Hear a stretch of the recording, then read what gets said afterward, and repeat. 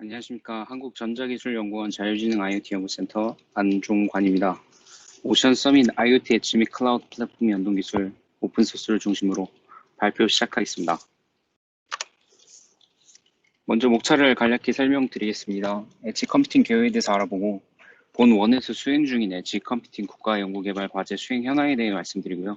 오픈소스 엣지X 플랫폼과 오션에 올라와 있는 저희 원에서 개발한 IoT 플랫폼 모비스에 대해 설명드리고 엣지X와 모비스 기반의 IoT 서비스 예제 그리고 오픈소스 추진 및 확산 방향에 대해 설명을 드리도록 하겠습니다.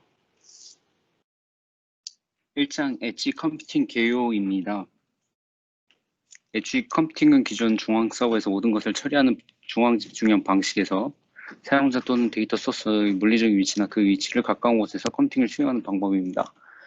기존의 중앙 집중형 방식은 연산을 한 곳에서 치중해서 클라우드 위에 서버에서 하기 때문에 높은 오버헤드와 많은 비용이 들었습니다. 근데 엣지 컴퓨팅 환경에서는 게이트웨이에서 게이트웨이가 가까운 곳에 클라이언트에 대한 연산을 수행을 하고 자기가 처리를 하고 중요한 정보들만 서버에 업로드하는 것으로서 오버헤드를 분산시켜서 비용을 감축시키고요.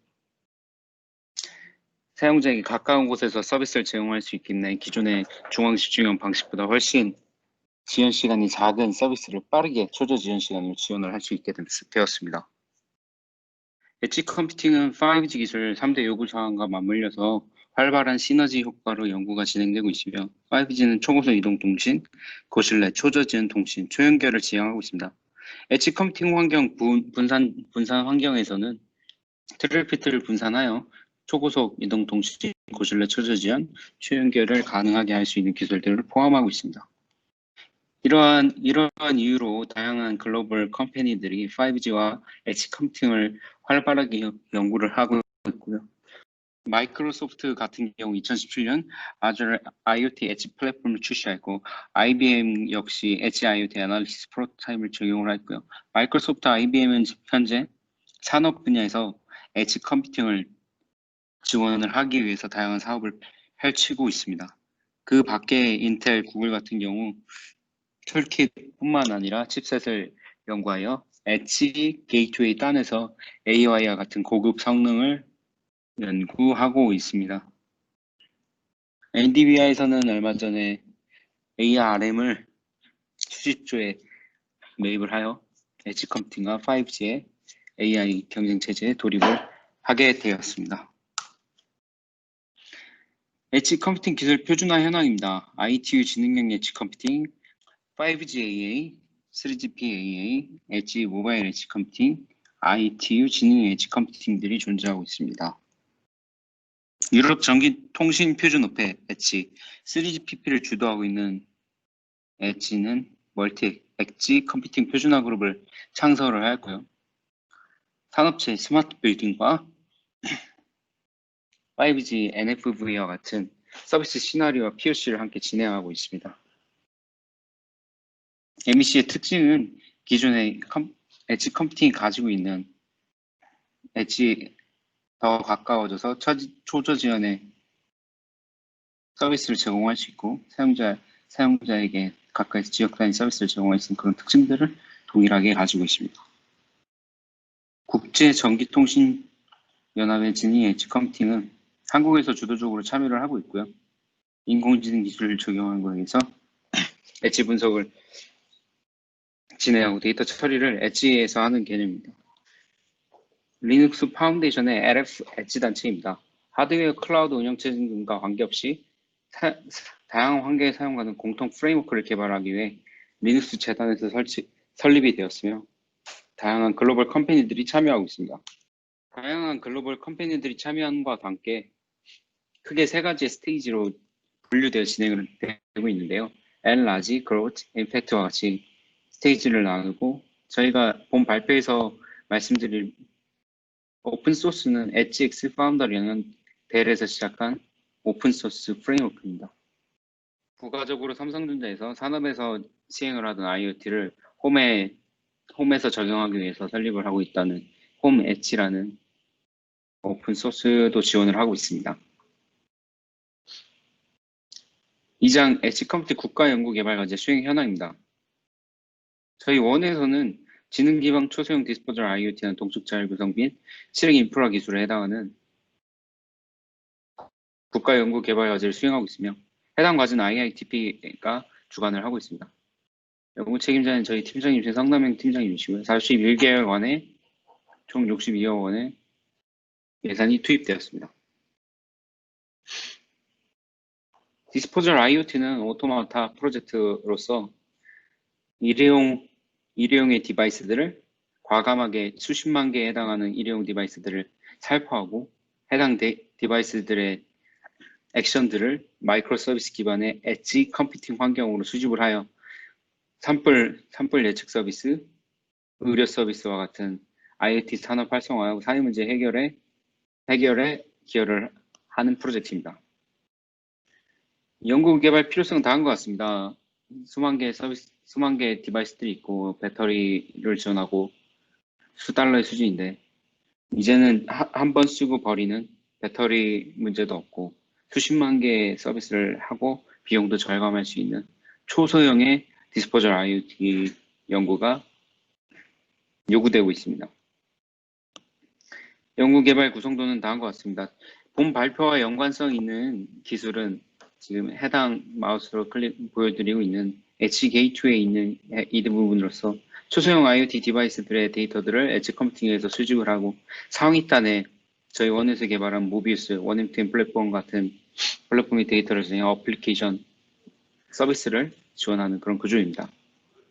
저희가 현재 예측하고 있는 POC 같은 경우는 산불 예측 서비스로서 디스포절 IoT 화재 예측 센서를 산에다 살포를 하고 해당 센서로부터 데이터를 엣지 클라우드로 수집을 하여 산불 확산 예측 및 재발화 감지 모니터링 서비스를 지원하는 POC입니다. 해당 연구 개발 내용에서 초소형 IoT 개발 및 협력 생태계 조성을 진행하고 있으며 오션에 저희 국가연구개발 사업을 통해 파생되는 모든 결과물들을 업로드하여 대학교 기업연구소 커뮤니티 등을 생태계를 조성할 예정입니다. 또한 유럽과 글로벌 기관과 협력을 통해서 공동전시 홍보를 하였으며 현재 코로나로 인해서 잠시 미미한 실정입니다. 3장 오픈소스 엣지X 플랫폼 소개입니다. 엣지X 파운더리는 독립적인 엣지 컴퓨팅 소프트 플랫폼을 제공하는 걸 목적으로 하고 있습니다. 엣지X에서는 디바이스부터 게이트웨이 서버, 어플리케이션 서버까지 모든 것에 대한 기능을 지원을 하려고 하고 있습니다. 엣지X 파운더리 플랫폼 특징은 독립성으로 운영체제와 프로그램 언어 환경의 독립적인 플랫폼을 지원을 하고 마이크로 서비스를 통해서 다양한 규모 및 자유로운 서비스를 유연하게 지원을 하고 연결성과 엣지 지향, 그리고 호환성, 보안 등을 제시를 하고 있습니다. 다양한 글로벌 업체들이 디바이스 제조와 관련해서 엣지X 파운더리에 포함이 되고 있으며 엣지X 아키텍처입니다. 하단에 보이신 디바이스 서비스를 위해서 다양한 프로토콜과 표준들을 지원을 하고 제일 중요한 코어 서비스에서 코어 데이터, 실제 데이터들을 저장하고 커맨드, 명령을 어떤 명령을 낼지 메타데이터는 유닛과 기타 설정들을 포함하고 레지스트리랑 컴피그에서 디바이스를 등록하고 설정하는 역할을 담당하고 있습니다. 부가적으로 서포팅 서비스에서 룰 엔진, 스케줄링, 알람, 노티피케이션, 로깅 등을 지원하고 있고 마지막으로 상위 레이에서 어플리케이션 서비스를 위해서 다른 얼스바운드에서 다른 인프라스트럭처 어플리케이션에 지원을 하는 것을 지원하고 있습니다. 엣지X는 느슨하게 연결된 마이크로 서비스로 이루어져 있고 원하는 대상에 엣지X를 설치해 운영이 가능합니다. 앞서 말씀드렸다시피 코어 서비스 레이어, 서포팅 서비스 레이어, 어플리케이션 서비스 레이어, 디바이스 서비스 레이어로 4개로 구성되어 있습니다. 코어 데이터는 데이터 수집을 위한 레포지토리 및 관리 서비스를 제공하고 커맨드는 디바이스 제어 명령, 메타데이터는 저장소 관리 서비스, 레지스트리 컨피그레이션은 마이크로 서비스 간 통신 지원. 이 밖에도 서포팅 서비스에서 룰 엔진으로서 분기문 기반으로 심플한 데이터 분석 서비스와 시간을 기반으로 호출하는 RESTful API, 로깅을 통해서 로그를 활성화했고 HX 밖의 시스템에 알림을 줄 수 있는 서비스를 제공하고 있습니다. 마지막으로 애플리케이션 서비스에 의해서 파이프라인 구조로 마이크로서비스 연결 데이터를 다양하게 손쉽게 구성할 수 있게 해주고요. MQTT 토핑 메모 RESTful 클라우드를 지원을 하고 있습니다. 디바이스 서비스 레이는 실제 통신을 담당하는 레이로서 다양한 모드버스, 블루투스 등 다양한 IoT 프로토콜을 지원하고 디바이스 드라이버에 맞는 다양한 프로토콜을 선택할 수도 있습니다. HX의 배포 패턴은 느슨하게 연결된 마이크로 서비스로서 디바이스, 엣지 게이트웨이, 지능형 엣지 게이트웨이 등 거의 모든 티어를 커버하는 플랫폼이라 말씀드릴 수 있습니다. 가장 오션 오픈소스 소개입니다. 오션은 2015년에 저희 원에서 정부 프로젝트로 같이 함께 제작을 하였고요. 오션은 다양한 IoT 관련된 소스가 업로드가 되어 있습니다. 그 중에 대표적으로 저희 원에서 원M2M IoT 플랫폼 표준으로 개발한 모비우스가 업로드가 되어 있고요.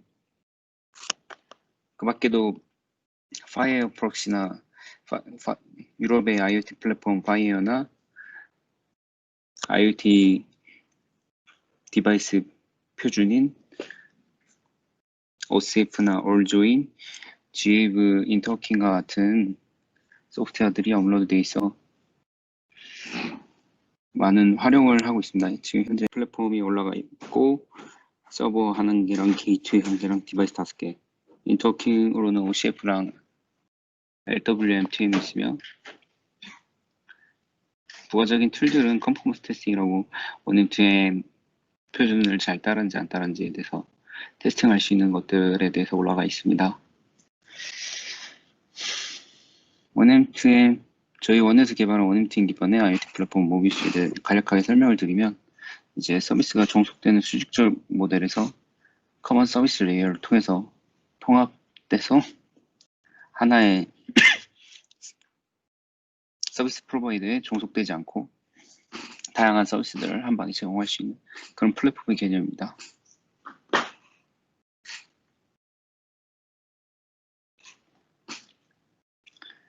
지금 여기서 보시는 그림에서 이제 원M2M 표준 IoT 플랫폼 표준에서 정의한 그 기술적인 용어들을 기반하여 지금 설계가 되어 있는데요. 디바이스 단에서 이제 원M2M은 크게 인프라를 4개로 나누고 있습니다. ADN, ASN, MN, 미들 노드 인프라스트럭처 노드, 어플리케이션 서비스 노드, 어플리케이션 딜리게이트 노드, 그리고 어플리케이션 엔티티, 컴플리케이션 엔티티. 그래서 ADN-A는 디바이스 쪽에서 게이트웨이 역할을 쓰여주시고 ASN-A도 디바이스 쪽에서 게이트웨이를 쓰고 있는데 ASN-A는 따로 CSE를 갖게 됩니다.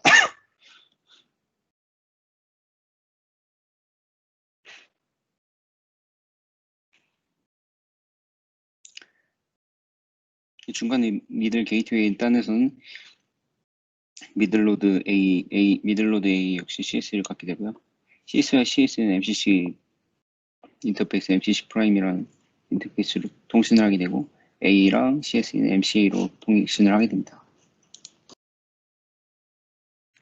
5장 HX 및 저희 원에서 개발한 모비우스 IoT 플랫폼 기반의 서비스 예제입니다.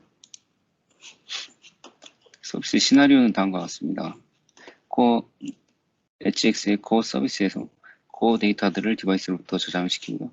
MQTT 디바이스를 만들어 MQTT 통신으로 디바이스에 대한 랜덤 데이터를 코어 데이터로 저장을 하고, 코어 데이터에 있는 데이터들은 HX에 의해서 위축에 설정된 어플리케이션 서비스에 의해서 모비우스로 저장되는 그런 구조입니다. 디바이스 서비스가 있고, 코어 서비스가 있고, 어플리케이션 서비스가 있고, 어플리케이션 서비스에서는 MQTT, 디바이스 서비스와 코어 서비스에서도 MQTT를 통해서 모비우스의 데이터를 저장하는 그런 시나리오를 보여드릴 예정입니다. HX는 기본적으로 설치할 수 있는 소프트웨어를 제공을 하지만 저희는 대부분 도커를 활용하고 있습니다. 저희 원에서 개발한 모비우스도 도커로 배포가 되고 있고요. 옵션에서 다운로드를 받으실 수가 있습니다. 도커는 컨테이너 오픈 가상 플랫폼으로 환경이나 프로그램이 어떤 언어를 썼던 어떤 환경, 어떤 라이브러리를 썼던 일정한 최적의 환경으로 배포가 가능한 소프트웨어 툴이라고 볼 수 있습니다. 기존의 VM은 게스트 OS를 무조건 윈도우나 우분투 이런 걸 설치해야 되는데 도커는 리눅스 커널 기반으로 동작을 하기 때문에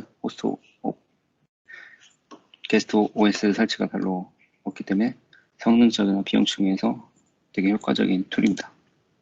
도커를 가지고 도커가 발전함에 따라 여러 가지 컨테이너, 도커의 실행체를 컨테이너로 부르는데 컨테이너들이 많이 생성이 되기 때문에 복합적으로 연계되는 동력적인 컨테이너들을 하나로 모아주는 툴을 도커 컴포즈라고 부릅니다. 저희 원에서 개발한 모비우스도 MySQL과 MQTT가 동작이 필요한데요. 그런 것들을 하나로 도커 컴포즈로 개발을 해서 배포를 해 놓았습니다. 도커 컴포즈를 해당 주소로 다운받으실 수 있고요. 컴포즈에 도커 컴포즈는 YML 파일로 제공이 되는데 그 안에 이제 컨피그레이션 설정들이 들어있습니다. 그 중에 지금 LH.0.0.1로 되어 있는데 이것을 이대로 사용하면 동작이 안 되기 때문에 포트로 다 바꿔줘야 됩니다. 도커 컴포즈 실행 명령이고요. 이제 다음에 나오는 것들은 다 설치를 어떻게 하는지에 대해서 설명이기 때문에 간략하게 설명을 드리고 직접적으로 데모를 하는 영상을 보여드리고 발표 진행을 하도록 하겠습니다. HS 디바이스를 등록하기 위해서는 다음과 같은 절차가 있어야 됩니다. 일단 디바이스 프로파일, 디바이스의 데이터는 어떤 거고 그리고 커맨드는 어떤 걸 낼지 디바이스가 갖는 데이터의 형은 뭐고 그 형의 범위는 어떤 건지 그리고 어떤 명령어들을 HX 어플리케이션 단에서 보낼 수 있는지에 대한 설정을 다 담는 게 디바이스 프로파일입니다. 그리고 디바이스 서비스를 작성하고요. 디바이스 서비스는 디바이스들을 가지고 있는 주체입니다. 디바이스 서비스가 있고 그 아래 디바이스, 다양한 다수의 디바이스들이 디바이스 서비스 밑에서 동작을 할 수 있게 됩니다. 그래서 HX 데이터 모델은 이벤트, 간단히 말해서 데이터의 모음입니다.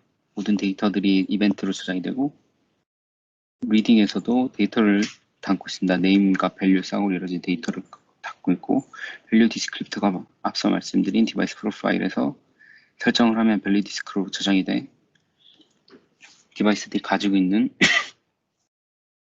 밸류에 대해 설명을 담고 있습니다. 오작의 HX와 저희 원에서 개발한 원엠트윈 기반의 IoT 플랫폼 모비우스의 IoT 서비스 예제를 데모로 한번 보여드리겠습니다. 우선적으로 전체를 다 실행시키고 그 이후에 세세하게 설명을 드리겠습니다. 현재 이 좌측 상단에 있는 건 MQTT를 도커로 실행시킨 거고요. 좌측 하단에 있는 건 HX UI 데이터들의 디바이스의 정보와 데이터 정보들을 볼 수 있는 UI2를 실행시킨 거고 우측에 크게 있는 이게 HX를 도커 컴포즈로 실행시킨 화면입니다.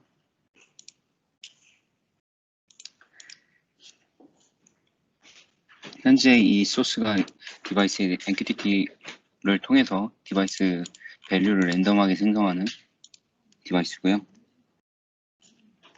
우선 실행시키겠습니다.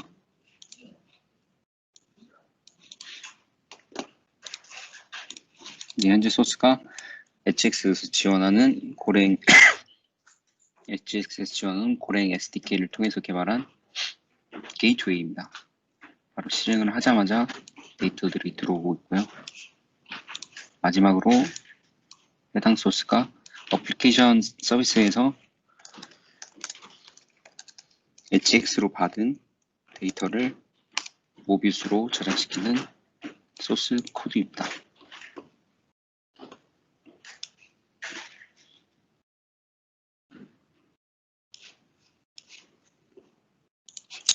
이렇게 하고 HX UI에 들어가서 확인을 하실 수 있습니다. 버추얼 디바이스가 생성이 되었고요. 그 아래 디바이스 이 아이콘을 클릭하면 디바이스들이 명령을 줄 수도 있고요. 커맨드를 클릭하시면 어떤 명령을 줄 수 있는지 모든 것들은 밸류 디스크립터 파일에 명시가 되어 있습니다. 디바이스 프로파일 맨 밑에 버추얼 디바이스가 들어가 있고요.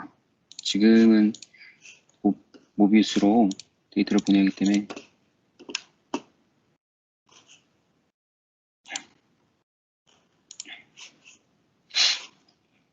필터 바이 밸류 디스크랑 토픽은 모비우스로 설정해 놓으시면 되겠습니다. IP를 무조건 맞춰주셔야 되고 세이브하고 디플로이 하게 되면 데이터가 전달이 되게 됩니다. 어플리케이션 서비스를 통해서 전달이 되고 있고요. 저희 원에서 지원하는 모비우스와 연결된 UI 플랫폼으로서 모비우스에 저장되는 데이터들을 다 확인할 수 있습니다. 해당 IP로 접속을 하시면 되고요. 리소스 브라우저를 클릭을 하시면 제가 사전에 입력을 해놨는데 현재 여기로 HX 데이터가 저장이 되고 있습니다.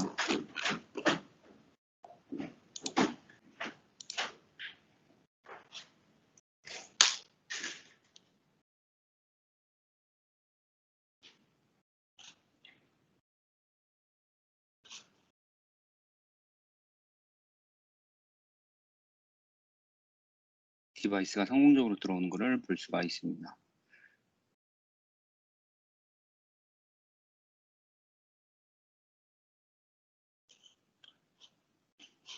자, 하나하나 설명을 드리면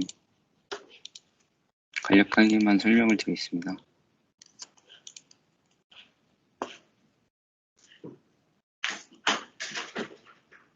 HX에서 다음과 같이 도커 컴포즈, 도커 이미지 파일을 제공하므로 해당 이미지 파일을 다운받아 실행을 시키면 동작을 하고요. 여기서 중요할 게 네트워크를 맞춰주신 것이 중요합니다.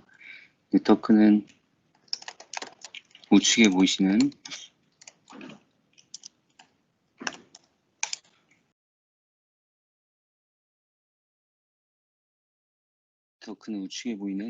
HX 컴포즈 파일들과 동일한 네트워크로 맞춰주시는 것이 좋습니다.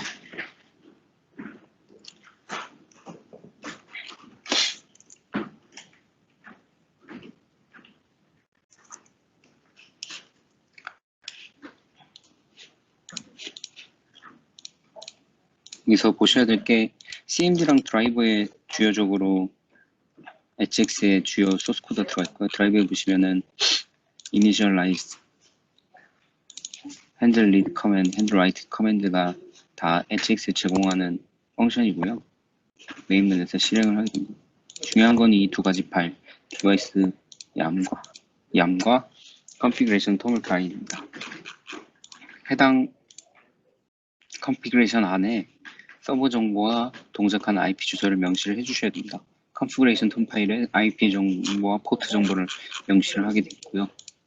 디바이스 랜덤 양 파일에는 디바이스 프로파일이 해당 파일로서 디바이스가 어떤 데이터를 갖는지에 대한 형이나 미니멈, 맥시멈, 디폴트 밸류들을 설정을 할 수가 있습니다. 어떤 명령을 줄 수 있는지에 대해서 여기까지입니다. 오픈소스 추진 및 확산 방안입니다. 조소형 국가연구개발과제를 통해서 개발된 소프트웨어들은 오전에 모두 오픈소스 되어 문서와 같이 공개될 예정이고요. IoT 랩과 연계돼서 프로젝트 실습이나 세미나를 통해서 오픈소스의 활용성을 극대화할 예정입니다. 커뮤니티와 지원들을 진행을 하고요. 현재 오션은 843개 기관과 2,000명의 사용자 있고 누적 다운로드에 39,000건 그리고 101개의 해외 기관들이 구성이 되어 있습니다.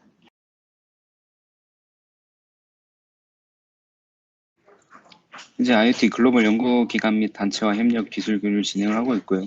표준화 추진 오코바 도시 포럼이 있는데 오코바와 기술 교류 및 홍보 확산을 위해서 이야기를 하고 있는 코로나 때문에 지금 더디게 진행 중이고 있습니다.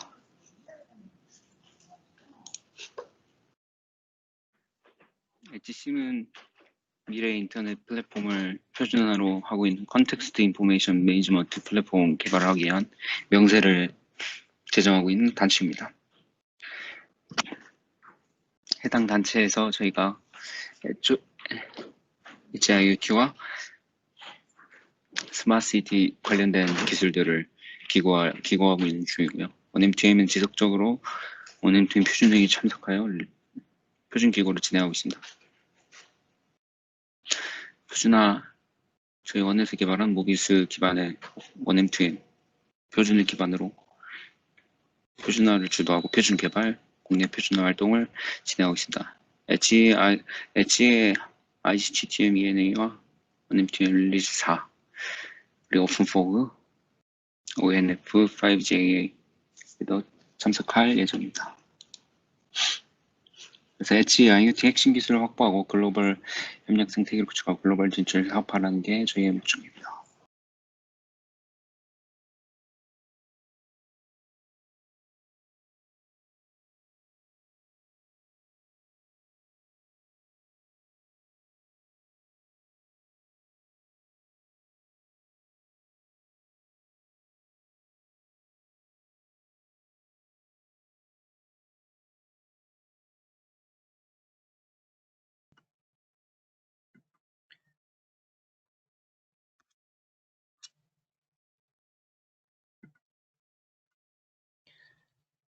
안녕하세요. 오늘 오션 서밋에서 저희 한국전자기술연구원에서 진행하고 있는 스마트시티 데이터 허브 개발 사업에 대해서 발표를 진행할 한국전자기술연구원의 정승명입니다.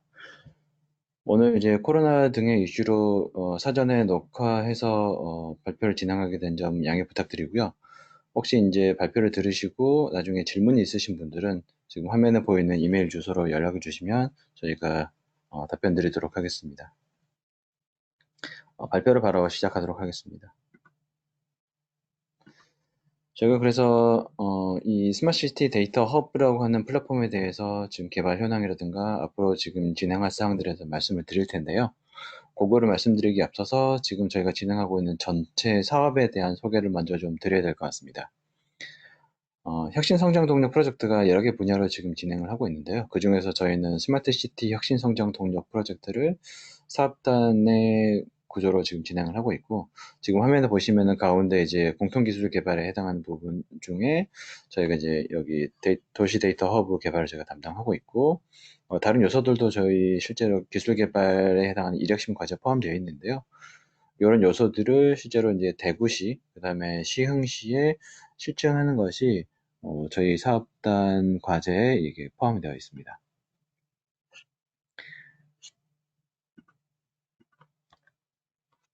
그래서 방금 보여드린 그런 사업단에서 지금 1세부 사업단, 앞에는 이제 일핵심이라 나와 있었는데요. 기술 개발을 담당하는 1세부 사업단에서 지금 다른 세부랑 협력해서 지금 데이터 허브를 계속해서 만들어 나오는 그런 추진 체계, 협력 체계를 저희가 보여드리는 건데요. 1-1세부에서 스마트 시티 데이터 허브를 제가 개발을 하고 있고, 그런 것들을 만듦에 있어서 실제로 실증 구축으로 이제 검증하시는 2핵심, 2세부 사업단, 3세부 사업단과 이제 협업하기 위해서 저희가 기술분과위원회라고 하는 것을 일종의 그런 표준 단체처럼 저희가 운영을 하고 있었고요. 그래서 다 같이 이제 데이터 허브를 이제 기술적으로 이제 만들어 나간 작업들을 진행해 왔습니다. 요거는 저희 사업단이 아니라 사업단 저희가 진행하고 있는 그 1-1세부로 저희가 부르는 그 사업에 대한 소개고요. 그래서 저희가 18년 한 4사분기 정도부터 이제 본격적으로 시작을 했었고, 저희가 사업은 실제로 이제 22년까지 진행합니다. 그래서 지금 3차년도 이제 거의 마무리 단계에 해당하고 있고, 이때 이제 이 장표에서 소개해 드릴 데이터허브 1.0을 저희가 개발을 이제 완료를 좀 하게 되고요. 남은 2개년도에 대해서는 실제로 이것들을 이제 검증을 더 하고, 이제 고도하고 안정하는 그런 작업들을 진행할 예정입니다. 제가 지금 최근에 이제 브랜드 네임처럼 저희 1-1세부에서 진행하고 있는 것들은 이제 시티 데이터 허브라 해서 이제 로고 작업 이런 것들을 하고 있는데요. 지금 저희가 최종 시안을 반영하지 못해서 일단은 시티 허브라는 표현도 지금 섞여 있고요. 일단은 기술적인 그런 공통 용어로는 저희가 일단 사업단 내에 이제 저희가 사업을 시작할 때부터 썼던 스마트시티 데이터 허브라고 하는 이름으로 본 발표에서 계속 용어를 좀 통일하도록 하겠습니다. 그래서 보시면은 저희가 스마트시티 데이터 허브라고 하는 것은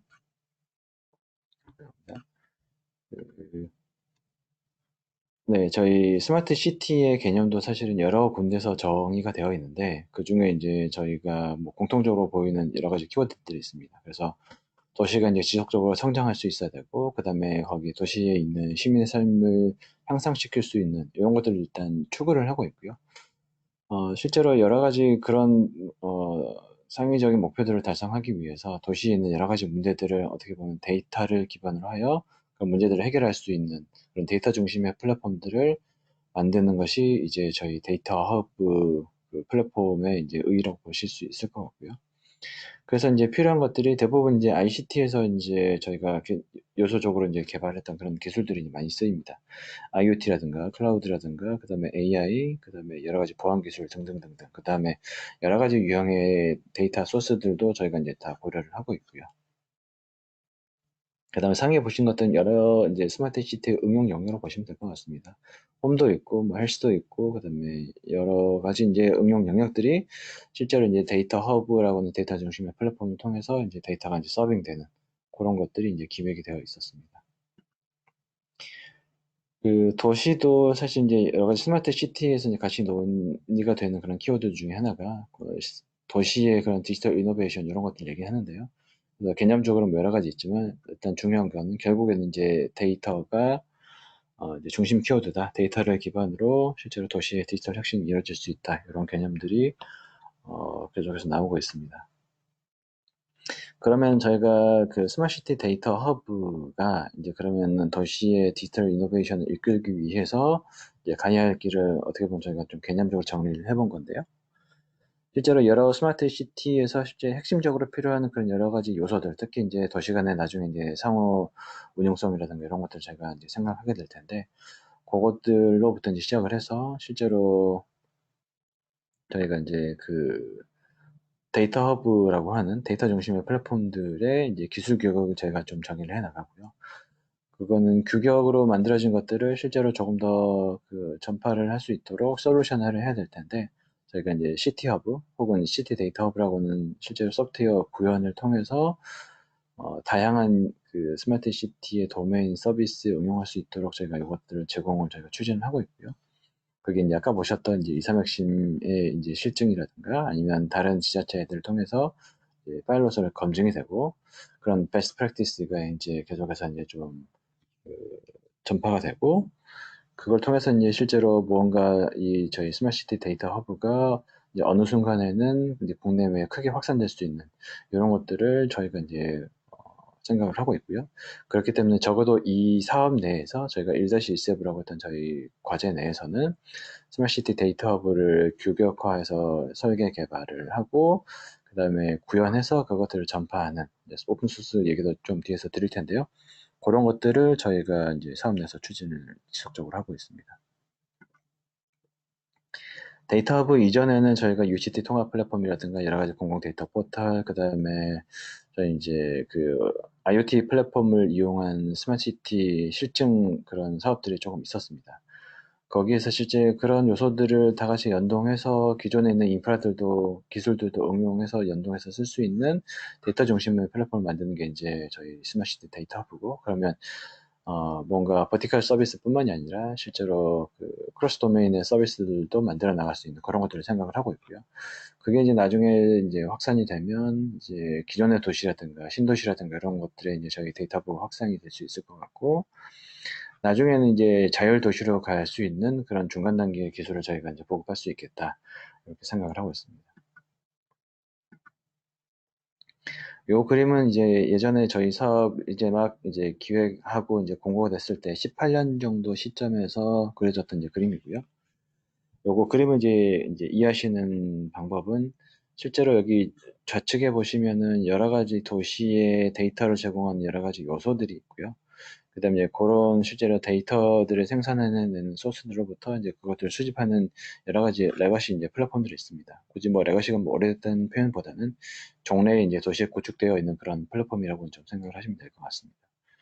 거기서 이제 수집된 데이터들을 저희가 데이터 허브로 이제 연계를 해서 저장을 하고, 그 다음에 결국에는 이제 도시의 여러 가지 응용 영역에서 서비스들에서 이것들을 사용하는 이런 것들이 지금 처음부터 이제 기획이 좀 됐었습니다.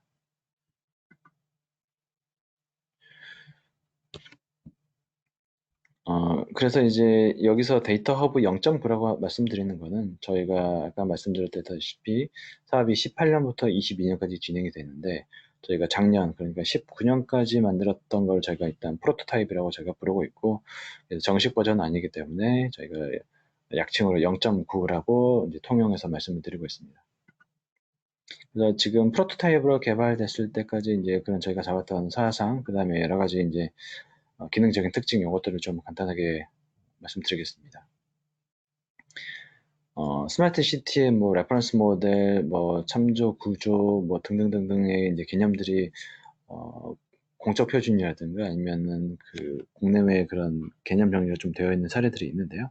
그런 것들을 저희가 좀 반영을 해서 실제로 저희가 이제 스마트 시티의 데이터 허브를 만들기 위한 그런 참조 구조를 이렇게 약간 좀 레이어 그림으로 저희가 좀 정리를 해봤고요. 결국 이제 데이터 허브라고 하는 것도 이런 데이터 계층을 포함을 하고, 그 다음에 일부는 뒤에 이제 데이터 마켓플레이스라든가 이런 것들 좀 말씀드릴 텐데, 일부는 이제 비즈니스라든가 마켓 계층에 조금 스코프를 확장을 하고 있습니다. 데이터 허브는 그래서 이제 여기 적색 영역인데, 이 장표에서 말씀드리려고 하는 거는 실제로 이제 그 기존에 있던 여러 가지 도메인의 그런 버티컬 시스템이라든가 아니면 뭐 IoT 플랫폼이라든가 뭔가 프로프라이터리 솔루션들이 있을 거고요. 그런 시스템과 같이 유기적으로 상호 연동하는 기반에서 데이터 허브가 이제 데이터를 수집하고 이제 그런 크로스 도메인 서비스들을 창출해 나가는 그런 그림을 도시에 있다고 보시면 될 것 같습니다.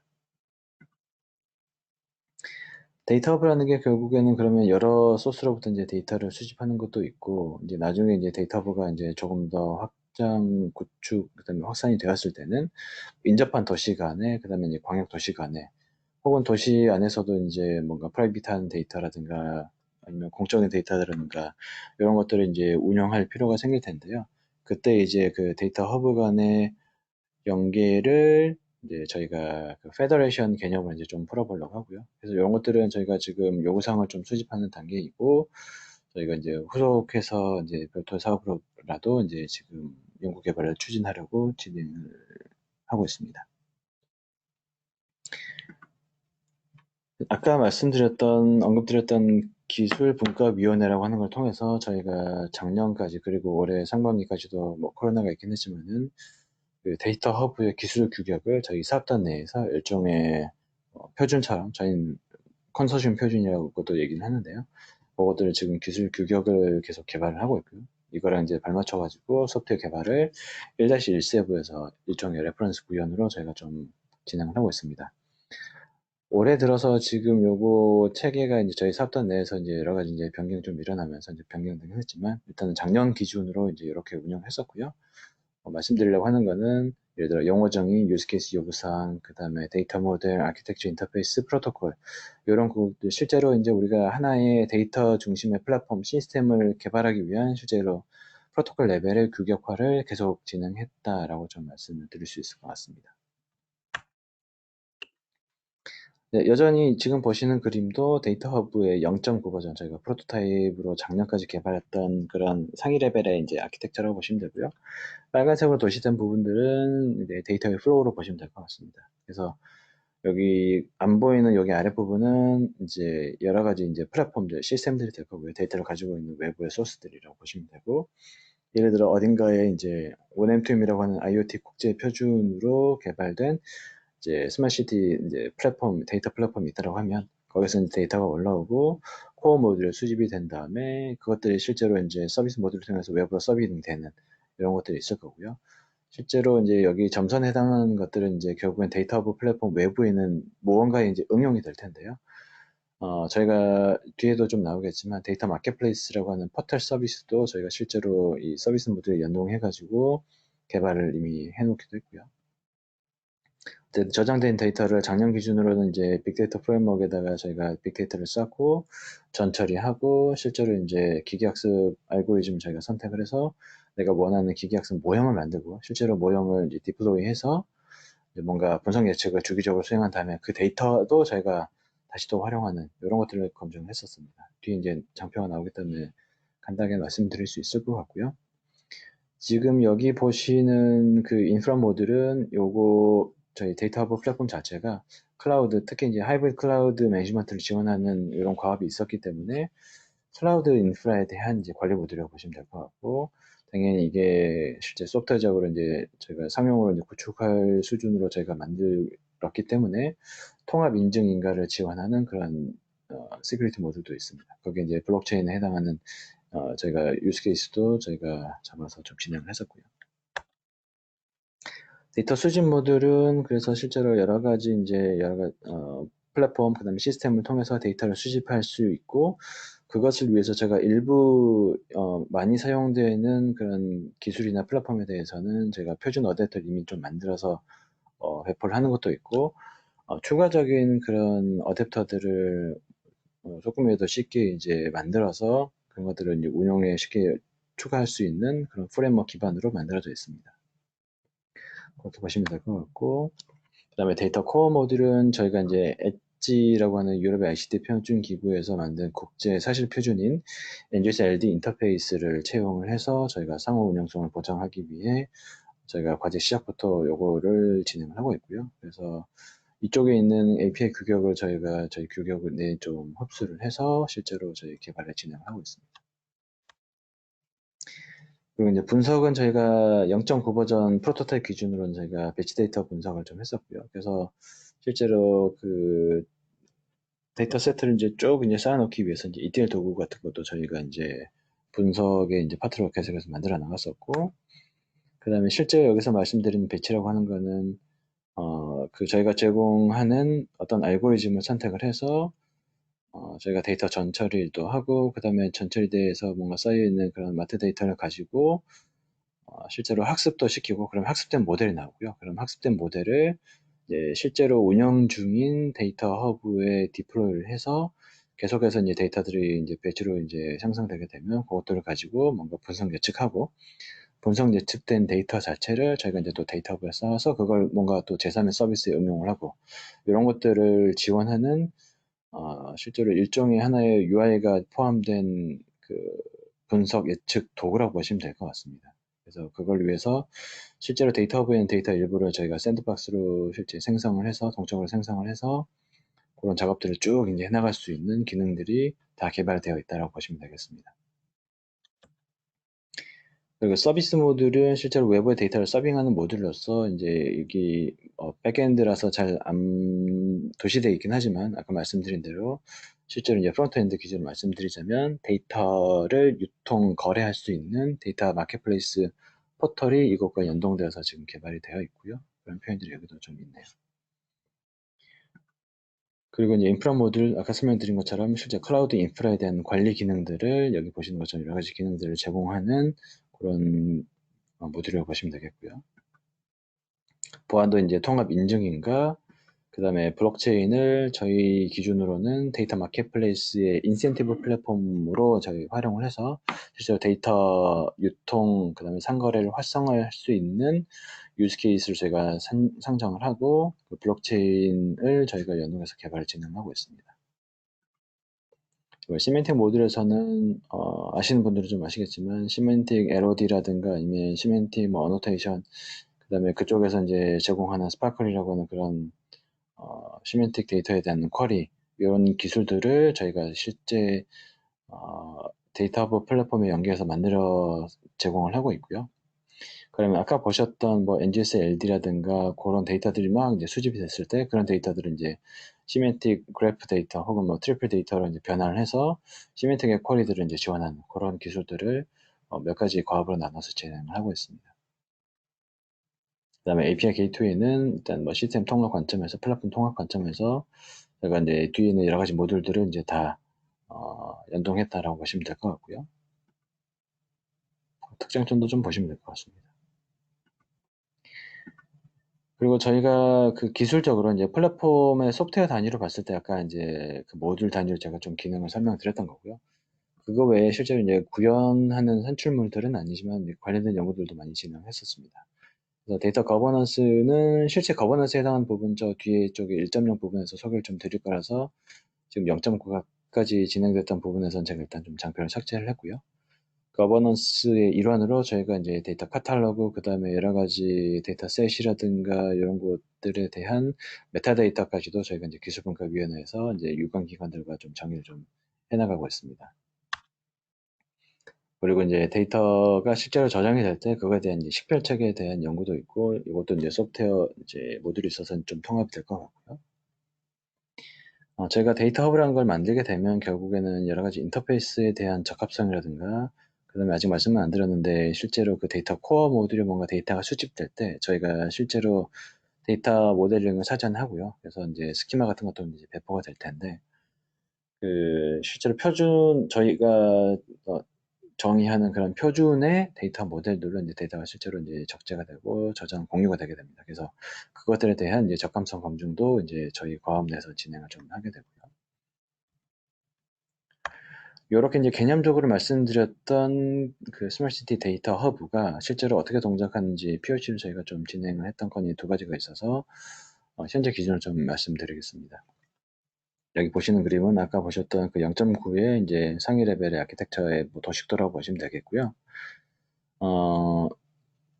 여기 이제 저희가 실제로 적용했던 저희가 만들었던 어플리케이션은 기본적으로는 주차장 뭐 주차 서비스 어플리케이션인데요. 실제로 저희가 여기 그래프로 표현되는 부분들은 무언가의 인자에 의해서 요인에 의해서 실제로 그 주차장의 혼잡도 얼마만큼 예를 들어 여유면이 있을 거다라고 혼잡도를 예측하는 서비스였었고요. 당연히 예측이기 때문에 저희가 만들었던 데이터 빅데이터 분석 및 예측 요 모듈을 직접 저희가 사용을 했었고 여기에 이제 뭔가 실제로 기계학습 모델을 만들었는데 거기에서 이제 사용하는 데이터셋이 기본적으로 당연히 주차 혼잡도라고 하는 주차가 어느 정도 여유가 있을 거다라는 걸 만들기 위해서 계속해서 수집되는 IoT 플랫폼으로 수집되는 그 주차 이력 데이터를 저희가 좀 쌓았었고요.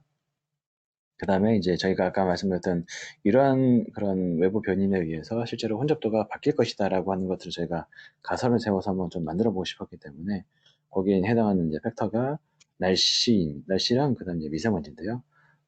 그래서 예를 들어 날씨랑 미세먼지가 앞으로 몇 시간 후에 어느 정도 되면 과거에 이제 쌓였던 그런 그 학습했던 데이터를 기준으로 해서 1시간 후에는 혼잡도가 얼마, 2시간 후에는 혼잡도가 얼마 이렇게 될 것이다라고 하는 것들을 저희가 이제 만들었습니다. 그래서 이런 데이터들도 쭉 이제 와서 외부 API를 통해서 이제 저희가 수집한 데이터를 저희가 만든 데이터 모델로 변환해서 적재하고 이런 플로우들이 있고 실제로 이렇게 노출되기 애플리케이션 노출되기 위해서는 분석 예측된 데이터가 다시 한번 이제 코어에 쌓이고 그것들이 이제 서비스 모듈로 외부에 전달이 되는 이런 플로우로 실제로 여기에 좀 구성이 되어 있다라고 보시면 되겠습니다.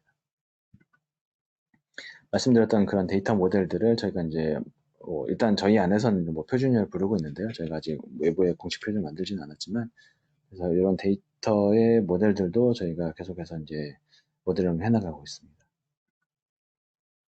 시간상 요거 시간 좀 생략을 하고요. 그 다음에 또 하나 이제 POC가 이제 올해 이제 상반기 진행했던 코로나19 역학조사 지원 시스템인데요. 이제 질병관리본부 쪽에서 실제로 요 저희가 이제 뭐 영어 약자로 이제 EISS라고 부르는데요. 이런 역학조사 지원 시스템을 현재도 운영을 하고 계시고 이거 기능 고도화도 계속해서 하고 있습니다. 근데 저희가 말씀드리려고 하는 거는 뭐 요거에 대한 서비스 시나리오를 제가 시간상 설명을 드리지 못할 것 같고요. 거기에 이제 실제 스마트시티 데이터 허브를 활용을 해서 여러 가지 데이터 수집, 정제, 가공, 서빙 이런 것들을 저희가 실제로 가져다 썼습니다. 그래서 저희 데이터 허브의 POC로서 저희가 좀 소개를 드리고요. 이게 영상이 있는데 제가 시간상 간단하게 좀 설명드리자면 이번에 스마트 시티 기술을 기반으로 개발한 역학조사 지원 시스템은 역학조사에 신속하고 정확하게 많은 도움이 되고 있습니다.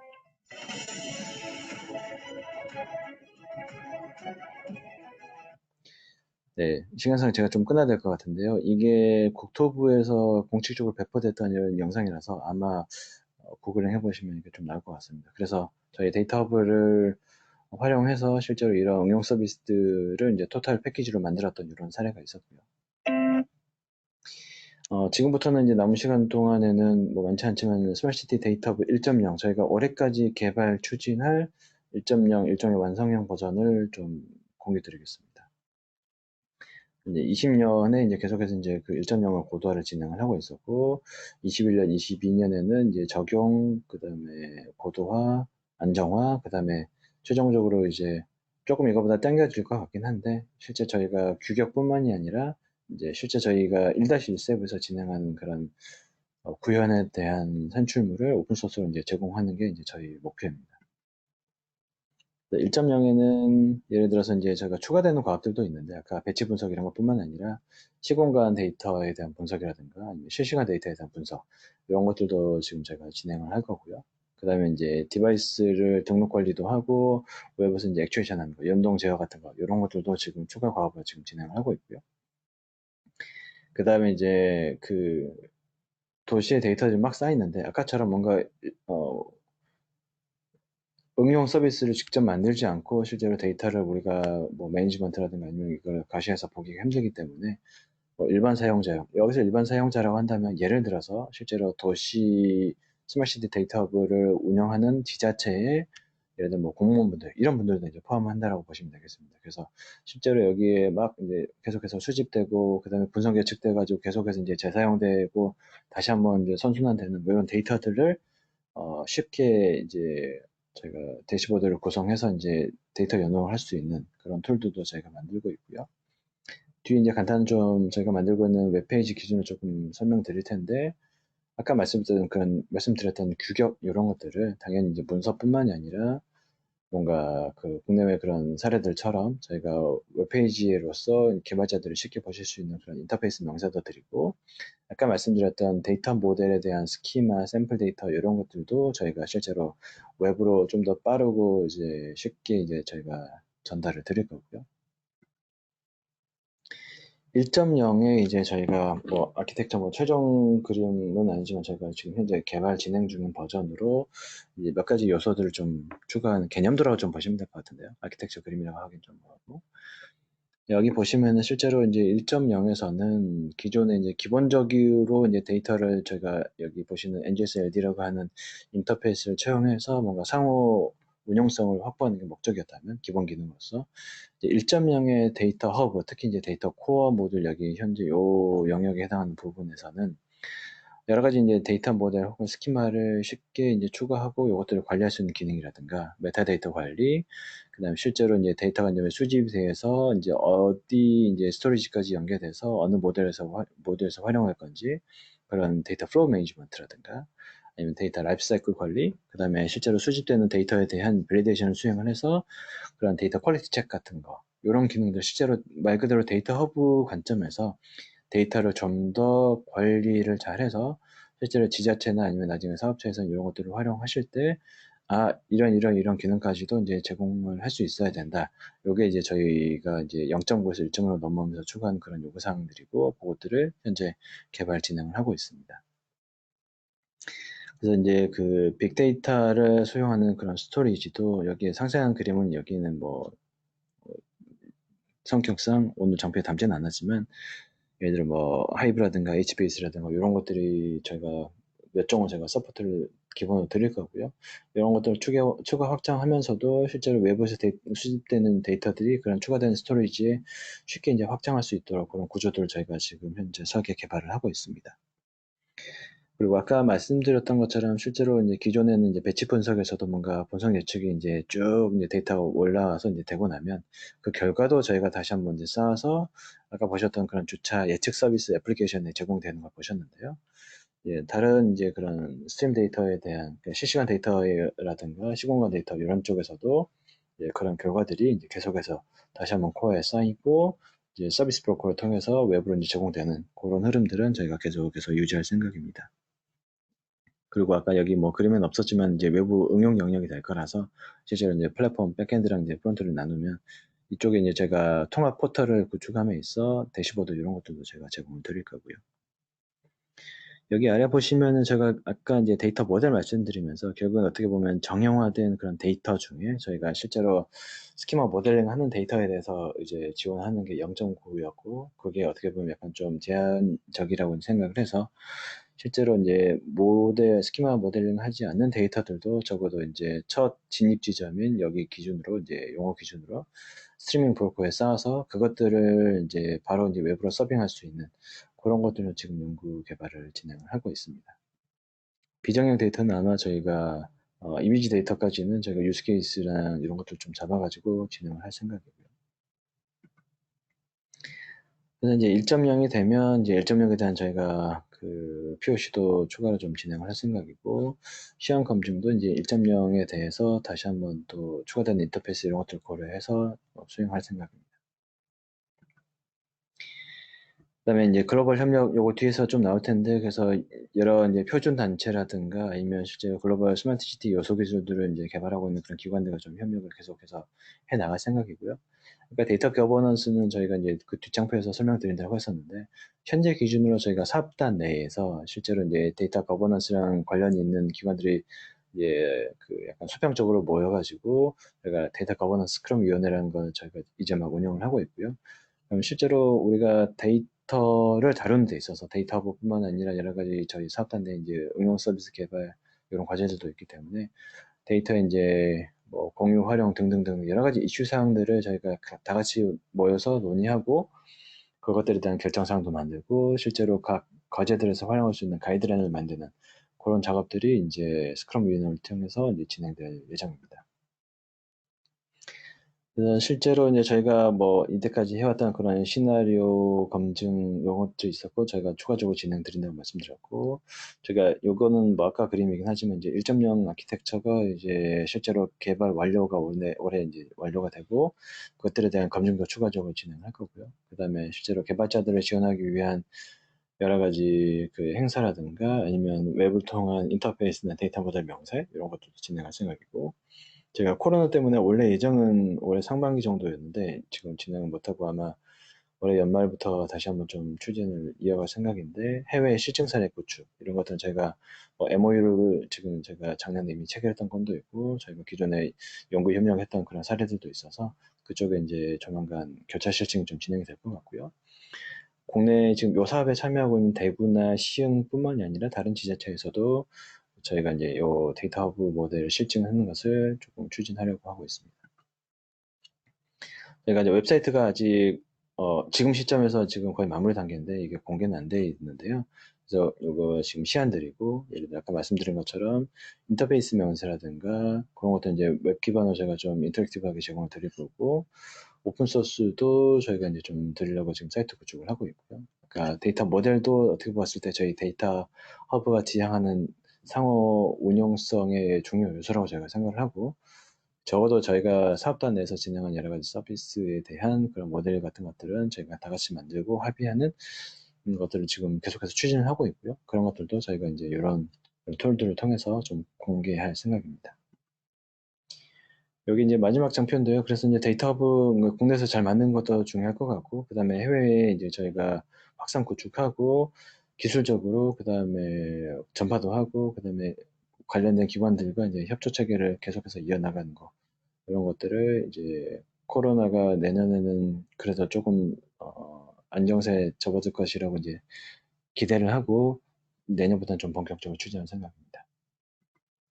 네, 발표는 이상으로 마치겠습니다. 아까 처음에 말씀드린 것처럼 제가 요것들을 제가 실시간으로 질의응답을 할 기회는 없어서 여기 메일로 만약에 문의사항 주시면 제가 그런 질문에 대해서 답변 드리도록 하겠습니다. 네, 감사합니다.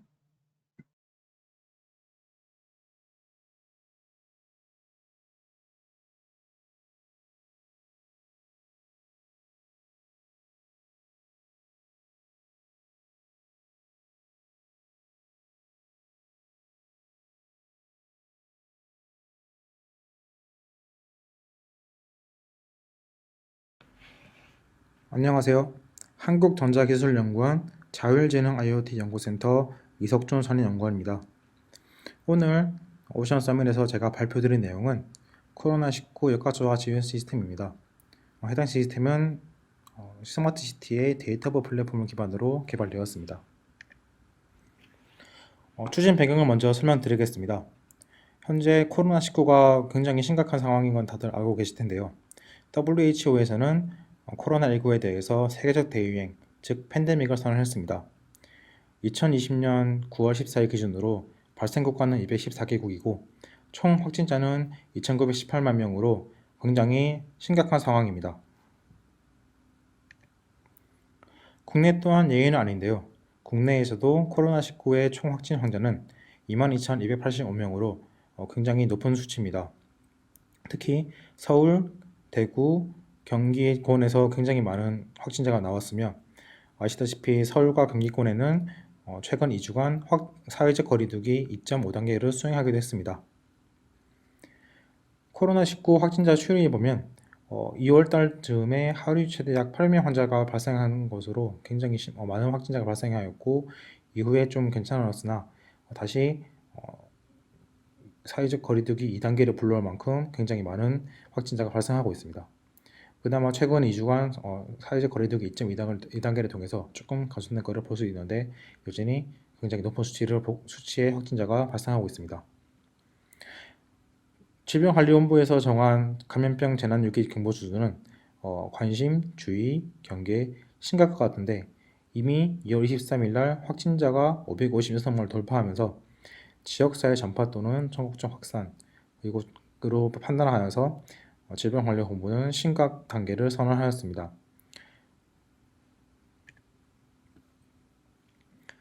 이렇게 많은 확진자가 발생함에 따라서 수작업 기반으로 확진자 동선 파악을 하던 질병관리청과 역학조사관은 일손이 부족하게 되었습니다. 이를 통해서 과부하가 걸리게 되었는데 실제로 확진자 공개가 지연되어서 방역 골룸 타임을 놓치려는 그런 신문 기사가 나왔고 다양한 역학조사관이 부족하다는 현실로 나왔습니다. 현재에도 세 자릿수의 확진자가 계속 매일마다 발생하고 있어서 역학조사관의 일손 부족은 여전히 유효합니다. 이럼에도 불구하고 감염병 확산 대응 분야의 서비스 동향은 정보 조회 기능에만 초점이 맞춰져 있습니다.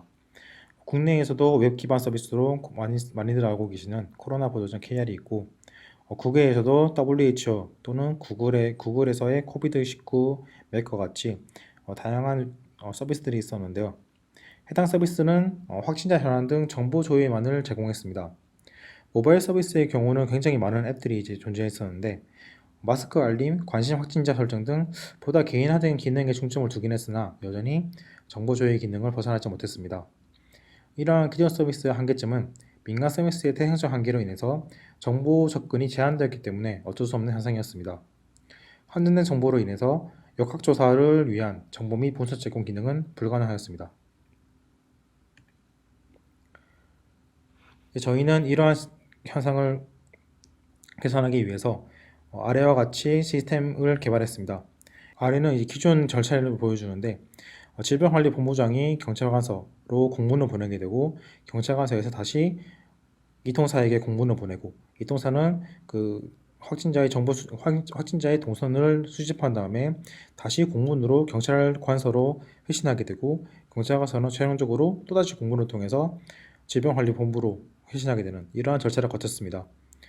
이러다 보니까 공문이 중간중간 그 서류 절차가 많이 들어가면서 굉장히 시간이 많이 걸렸습니다. 대략 8시간 정도로 걸렸는데요. 카드 정보 수집 절차도 마찬가지였습니다. 질병관리본부와 여신금융협회 그리고 카드사 간에 공문으로 요청과 데이터가 전달됨에 따라서 굉장히 많은 시간이 걸렸습니다. 이를 코로나 역학조사 지원 시스템을 통해서 모든 정보와 데이터를 전송하게 되어서 굉장히 많은 시간을 줄일 수 있었는데요. 특히 정보회신 시 법령의 근거에 경찰청의 경유 없이 시스템을 통해서 보건복지부로 바로 회신하도록 절차를 개선했습니다. 아래를 보시면 보건복지부에서 경찰관서로 시스템을 통해서 전산으로 요청을 하게 되고 경찰관서에서 이통사로 다시 시스템을 통해서 전산으로 알려주게 됩니다. 이러한 사업자에서 수집한 확진자의 동선 정보는 곧바로 경찰관의 경위 없이 질병관리본부로 시스템을 통해서 전송이 되게 됩니다. 카드 데이터 역시 마찬가지였는데요. 이를 통해서 기존에 8시간 정도 걸리던 절차를 10분가량으로 절약할 수 있었습니다. 역학조사 지원 시스템의 개발 추진 현황은 아래와 같습니다. 2018년도부터 국토부, 과정부, 부처 연계를 통해서 스마트시티 혁신 성장 동력 사업 스마트시티 데이터부 개발을 수행하고 있었습니다. 이는 캐티 외 15기관에서 데이터부를 개발하고 있었고요. 이 중 질병관리본부청과 국토부의 데이터부 기반 역학조사 시스템을 개발하도록 협의가 되었고, 이게 2020년 2월입니다. 저희가 약 8주 정도 개발을 해서 코로나19 역학조사 시스템을 일본에서 운영하게 되었습니다. 이후 운영이 끝나지 않고 시스템을 고도화 개발하기로 3월달 협의하고 그 이후로 계속 저희가 고도화 개발을 수행하고 있습니다. 그래서 코로나19 역학조사 지원 시스템을 개발한 기관은 캐티 외 총 4개의 기관이고요. 그리고 현재는 추가 기능 개발을 수행하고 있습니다. 다음은 코로나19 역학조사 지원 시스템 개념도입니다. 먼저 성면진료소에서 확진자가 발생할 경우 확진자 발생을 알리게 됩니다. 그러면 질병관리본부와 지자체에서 정보 제공 요청을 하게 되고요. 저희 시스템으로 전산으로 통해서 요청을 하게 되면 저희 시스템은 경찰청과 여신협회 담당자에게 승인 요청이 왔다고 문자로 알려주게 됩니다. 그러면 각 담당자들은 문자를 확인한 다음에 저희 시스템에 접속하여서 해당 요청에 대해서 승인을 하게 됩니다. 승인한 요청은 다시 이통사와 카드사의 담당자에게 문자를 알려주게 됩니다. 해당 문자를 받은 담당자들은 이통사의 위치 정보 혹은 카드사의 카드 내역을 추출하여서 시스템으로 업로드를 하게 됩니다. 이 업로드된 정보는 곧바로 역학조사관에게 전달이 되게 되고, 역학조사관은 이 동선 정보를 기반으로 확진자와 면담을 해서 최종적으로 동선을 검증하게 됩니다. 이 검진된 동선을 확정하게 되고, 확진된 동선은 다시 저희 시스템으로 업로드하게 됩니다. 이 업로드한 동선 정보를 기반으로 저희 시스템은 감염 네트워크 정보 등 다양한 분석 기능을 제공하게 되고, 해당 분석 정보를 기반으로 역학조사관은 접촉자 확인 기반으로 감염 경로를 파악할 수 있게 됩니다. 역학조사 지정 흐름도는 아래와 같습니다. 확진자 발생 시 질병관리본부와 지자체에서 정보 요청하게 되고, 경찰청의 여신협회가 해당 정보 제공 요청을 승인하게 되고, 이동사 카드사에서 승인된 요청에 대해서 정보를 제공하게 됩니다. 참고로 저희 시스템에서는 접촉자에 대한 정보는 일절 다루지 않고 확진자에 대한 정보만 지금 다루고 있습니다. 확진자 정보를 수집하게 되고, 이 정보는 위치 정보와 결제 정보가 되겠고요. 역학조사관은 해당 정보를 기반으로 정보를 확인하게 됩니다. 그리고 마지막으로 동선을 확인하게 되고, 이 확진된 동선을 기반으로 확진자와 면담하여서 최종적으로 동선을 확정하게 됩니다. 동선이 확정되게 되면 시스템에 업로드가 되고, 저희 시스템에서는 감염 네트워크 분석을 수행하게 됩니다. 이 외에도 다양한 분석 기능을 제공하게 되는데요. 이 기능들을 기반으로 역학조사관은 접촉자 확인을 하고 최종적으로 감염 경로를 파악할 수 있습니다. 해당 정보를 통해서 질병관리본부와 지자체는 확진자 정보 및 동선을 공개하게 됩니다. 마지막으로 방역당국에서는 확진자 방문 지역 폐쇄를 하던가 아니면 방역과 같은 방역 절차를 수행하게 됩니다. 시스템의 구성도는 아래와 같습니다. 가장 중심에 시티 데이터 허브 코어라는 데이터 허브 플랫폼이 존재하게 되고요. 이는 경량성을 위해서 기존의 데이터 허브 플랫폼보다 경량화된 코어 기능만을 가져온 플랫폼입니다.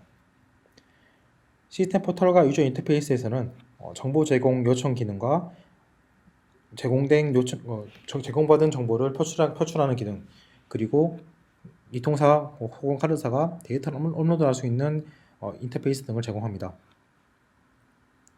데이터 인더스트 모듈에서는 이통사 카드사의 데이터 업로드를 처리하게 되고요.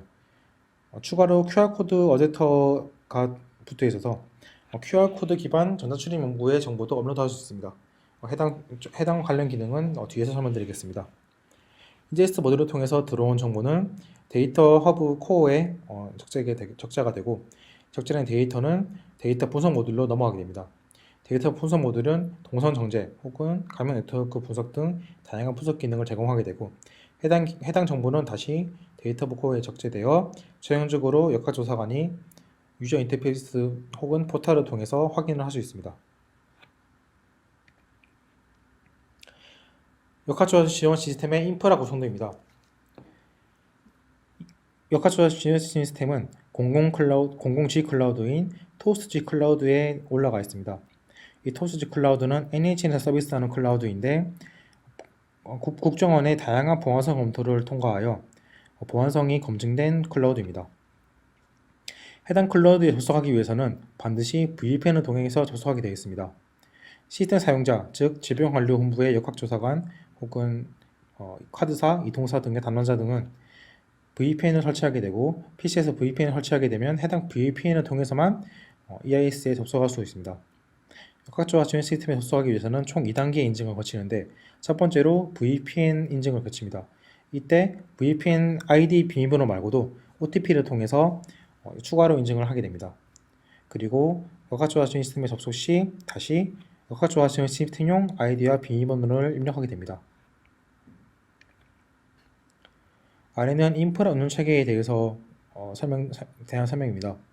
민감한 개인정보 보호 및 시스템 고가형성 제공을 위해서 아래와 같이 운영을 하는데 첫 번째로 확진자 정보 보호 철저를 위해서 운영합니다. 말씀드렸듯이 사용자 VPN 인증 및 시스템 인증 2단계 인증을 통해서 시스템 접근을 제공하고 특히 VPN 인증 시 OTP를 통해서 추가로 인증을 하게 됩니다. 사용자의 시스템 계정 생성 및 관리는 기관 공문 수신을 통해서만 수행하기 때문에 굉장히 인증된 사용자만 저희 시스템에 접근할 수 있습니다. 또한 사용자 분류별 제공 정보 접근 제어를 수행하는데 이를 통해서 각 사용자별로 권한이 엄격하게 분리되어 있습니다.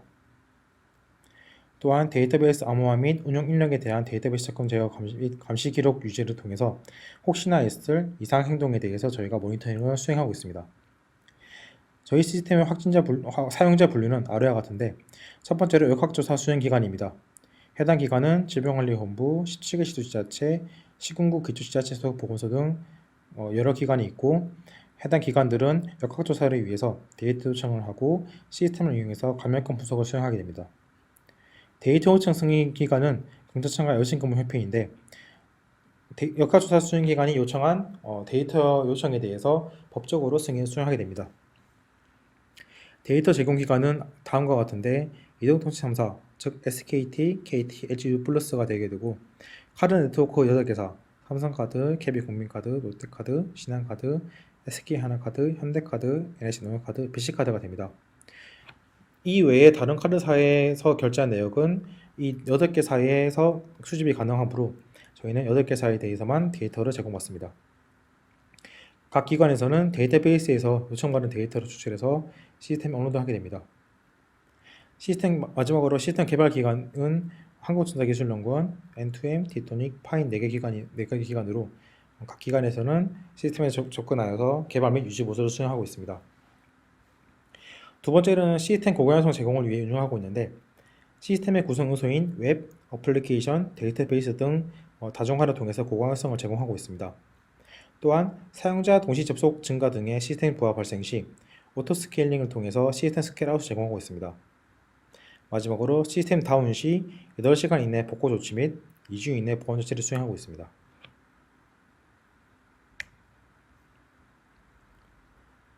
코로나19 역학조사 지원 시스템 정보적 요청 정책에 대해서 간략하게 도식화하면 질병관리본부와 시도 및 기초지자체 역학조사관이 있고 질병관리본부는 경찰청과 여신F로 직접 요청을 보냅니다. 반면 시도 및 기초지자체 역학조사관들은 카드 정보의 경우 질병관리본부의 승인을 통해서 여신금융표로 넘어가게 되고 이통사의 정보는 경찰청으로 곧바로 넘어가게 됩니다. 이와 같은 구조는 감염병 예방법 법적 체계에 의한 것으로 현재 이렇게 운영이 되고 있습니다. 다음으로 코로나19 역학조사 지원 시스템의 시스템 화면들을 간략하게 소개해 드리겠습니다. 먼저 VPN과 OTP 인증을 이후에 시스템에 접속하게 되면 아래와 같은 로그인 화면이 나타나게 됩니다. 로그인 화면에서 발급받은 아이디와 비밀번호를 입력하게 되면 코비드-19 현황판이 보이게 됩니다. 현황판에서는 시도별 확진자 현황 또는 공지사항, 그리고 현재 어떤 요청이 몇 개나 있는지, 각 제공사에서 정보 제공을 어떻게 하고 있는지에 대한 현황판을 보여주게 됩니다. 이등급로 분석 메뉴로 들어가게 되면 지도 클릭을 통해서 수기로 동선 입력이 가능하게 됩니다. 또한 해당 화면에서는 동선 입력뿐만 아니라 이통사와 카드사에서 제공받은 동선 정보를 표출하게 되어 역학조사관이 해당 화면을 보고 역학조사를 수행할 수 있도록 지원합니다. 이때 동선 정보를 확인할 뿐만 아니라 확진자와 면담 등을 통해서 검증된 최종 동선을 입력하게 됩니다. 이때 입력할 때 특정 지도의 특정 지점을 클릭해서 입력하던가 혹은 리스트에서 편집을 하는 등 다양한 방법을 통해서 입력을 할 수 있도록 저희가 지원하고 있습니다. 다음으로 확진자 현황 분석 메뉴인데요. 아래 기능은 여러 확진자의 이동 동선을 분석할 수 있는 기능입니다. 여기서 특정 확진자를 누르게 되면 왼쪽과 같이 팝업이 뜨면서 해당 확진자의 동선 정보가 표현되게 됩니다. 그리고 접촉 연결하는 버튼을 클릭하게 되면 확진자의 전파자 및 확진자의 감염원 및 전파자가 표현되게 됩니다. 이를 통해서 역학조사관은 한눈에 여러 확진자의 동선을 분석할 수 있고, 또한 누가 어디에서 감염되었으며 또 누구한테 전파를 했는지를 알 수 있게 됩니다. 다음으로 핫스팟 정보입니다. 위치 데이터를 기반으로 현재 헌책된 확진자들의 동선과 전체 확진자들의 동선을 비교해 겹치는 부분을 표출하는 것입니다. 즉, 확진자끼리 많이 겹친 장소를 감염 위험 지역으로 정의하고 이를 핫스팟으로 부르고 있습니다. 아래에 보시다시피 빨간 점을 통해서 핫스팟을 제공하고 있고, 이를 통해서 역학조사관은 어떤 지역에서 확진자들이 얼마나 많이 접촉했는지를 알 수 있습니다. 아래에 보시다시피 빨간 점을 통해서 핫스팟을 제공하고 있고, 이를 통해서 역학조사관은 어떤 지역에서 확진자들이 얼마나 많이 접촉했는지를 알 수 있습니다. 이를 통해서 어떤 지역이 위험 지역인지 또 어떤 지역을 방역해야 되는지 알 수 있습니다. 빨간색 개별 핫스팟을 클릭하게 되면 이와 같이 팝업이 나타나면서 어떤 확진자가 얼마나 접촉했는지에 대해서 알려주게 됩니다. 확진자 전파 네트워크 분석 기능입니다. 이는 확진자가 어떤 확진자에게 감염되는지, 즉 감염원과 감염 장소를 시각화해주는 기능입니다. 역학조사관이 역학조사를 통해서 확진자와 감염원의 관계를 밝히고 해당 관계를 역학조사관 시스템에 업로드하게 되면 해당 정보를 기반으로 전파 네트워크를 시각화해서 표출해 줍니다. 특히 장소까지 표출을 하게 되어 역학조사관이 이 기능을 통해서 한눈에 어떤 확진자가 어디에서 또 누구한테 감염되었는지를 알 수 있게 해줍니다. 역학조사 지원 시스템을 개발한 이후 언론에서 굉장히 많은 관심을 받았는데요. MBC 뉴스, 동아일보, 연합뉴스, KBS 뉴스 등에서 각 보도를 했고, 특히 외국에서도 많은 관심이 있었습니다. 4월 10일 날 나온 기사인데, 국토교통부가 외신을 대상으로 진행한 온라인 브리핑에서 30여 개 해외 언론사 기자들이 모여들어 시스템 작동 방식 등에 대한 질문을 쏟아내며 큰 관심을 보였다라고 합니다. 이 외에도 저희가 간헐적으로 해외에서 역학조사 지원 시스템에 대한 문의를 많이 받고 있고, 해당 문의를 받을 때 저희가 웨비나를 통해서 설명하고 있습니다. 역학조사 지원 시스템 추가 기능 개발은 7월 1일부터 현재 진행을 하고 있는데, 총 4가지의 기능을 개발하고 있습니다. 첫 번째로 추가 데이터 활용해서 확진자 분석 기능 고도화를 개발하고 있고, 두 번째로 확진자 동선을 이용해서 핫스팟을 자동으로 검출하는 기능, 세 번째로 감염 네트워크를 자동으로 추출하는 기능, 네 번째로 포털 및 사용자 인터페이스를 개선하는 기능입니다. QR코드 기반 전자출입 문부 연동 같은 경우는 저희가 앞서 말씀드린 추가 데이터 활용 확진자 분석 기능 고도화 쪽에 들어가는데요. 현재 QR코드 기반 전자출입 문부는 아래와 같이 동작하게 됩니다. 먼저 시설 관리자는 구글 플레이랑 앱스토어에서 키패스라는 앱을 다운받게 됩니다. 앱을 다운받은 이후 사업자 번호, 사업주명을 입력하고 본인 인증 후 로그인하게 됩니다. 그리고 방문자 같은 경우는 네이버, 카카오, 그다음 이통 3사의 패스앱 같이 저희가 자주 사용하는 앱을 기반으로 QR코드를 발급하게 됩니다. 시설 출입 시 발급받은 QR코드를 제시하게 되고 시설 관리자는 키패스 앱을 통해서 해당 QR코드를 스캔하게 됩니다. 이 스캔된 QR코드와 시설 정보는 사회보장정보원의 관리 서버로 전송되게 되고 해당 서버는 마찬가지로 NHN의 토스지 클라우드에 위치하고 있습니다. 이런 구조를 선택한 이유는 관리 서버와 QR 발급 회사 서버를 분리하기 위해서입니다. 관리 서버에는 시설 정보와 방문 기록이 남아 있는데 방문 기록은 철저하게 QR 코드로 이루어져 있습니다. 또한 QR 발급 회사는 QR 코드가 어떤 개인에 대한 정보인지, 즉 QR 코드와 개인 정보에 대한 정보를 담고 있습니다. 따라서 두 서버 간 어느 한쪽에 뚫리더라도 개인정보 유출이 전혀 없다는 장점이 있습니다. 역학조사관은 역학조사 시스템을 이용해서 QR코드로 된 시선 방문 기록을 관리 서버에서 받아오고 해당 QR코드에 대한 개인정보를 QR 발급회사 서버에서 받아옴으로써 최종적으로 개인정보를 구성하게 됩니다. 현재 역학조사 지원 시스템은 관리 서버와 QR 발급회사와 연동하여서 이 정보를 결합하여서 역학조사관에게 제공하고 있습니다. 분석 기능 추가 개발 내용입니다. 현재 민간 공공 데이터 기반 고정밀 확진자 동선 추출을 개발하고 있는데 현재 기능으로서는 확진자의 동선이 기지국 기반 이슈로 나타납니다. 즉 확진자가 실제로는 빨간색 도로를 통해서 움직였다 하더라도 이 통사가 제공하는 위치 정보는 기지국 기반으로 되어 있기 때문에 아래와 같이 이러한 식으로 동선이 제공되게 됩니다. 이를 도로 정보를 이용해서 해당 빨간색 선과 같이 도로가 있다는 정보를 알게 되면 실제로 이러한 기지국 데이터는 도로 위에 없으므로 이 데이터들을 도로 위에 매핑시켜서 보다 정밀한 동선 데이터를 제공할 수 있도록 지원합니다. 또한 감염 경로 및 감염 네트워크를 자동으로 추출하는 기법을 개발하고 있습니다. 현재로서는 전화 인터뷰, 대면 인터뷰, 사실관계 확인 등을 통해서 감염원을 파악하게 되고 이 감염원은 파악된 감염원을 역학조사 지원 시스템에 입력하게 됩니다. 입력된 정보를 기반으로 네트워크 표출을 하게 되는데요.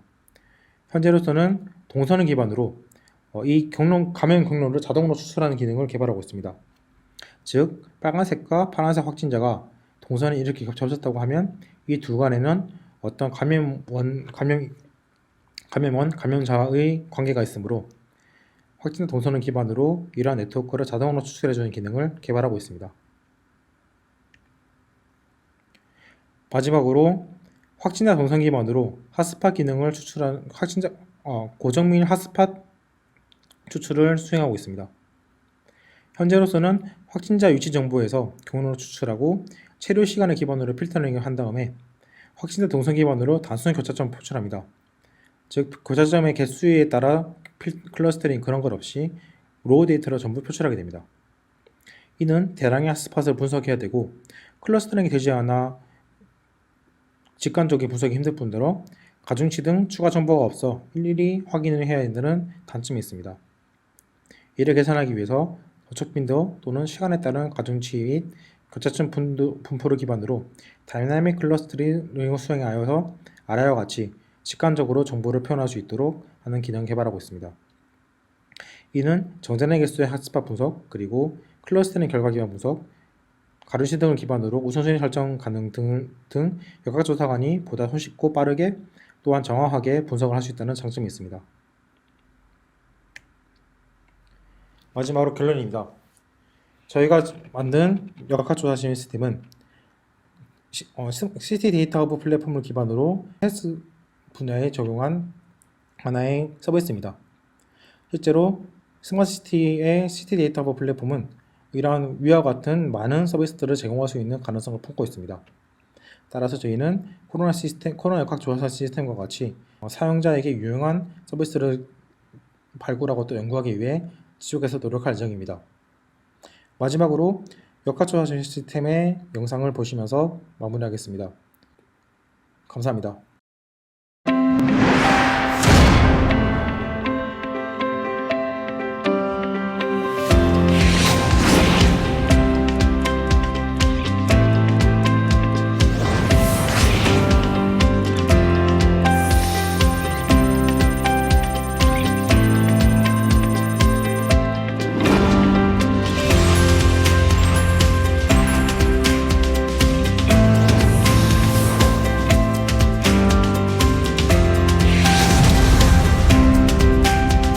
코로나19 역학조사를 위해서는 확진자의 이동 동선 분석과 발병지역 분석이 필수적입니다. 이번에 스마트시티 기술을 기반으로 개발한 역학조사 지원 시스템은 역학조사에 신속하고 정확하게 많은 도움이 되고 있습니다.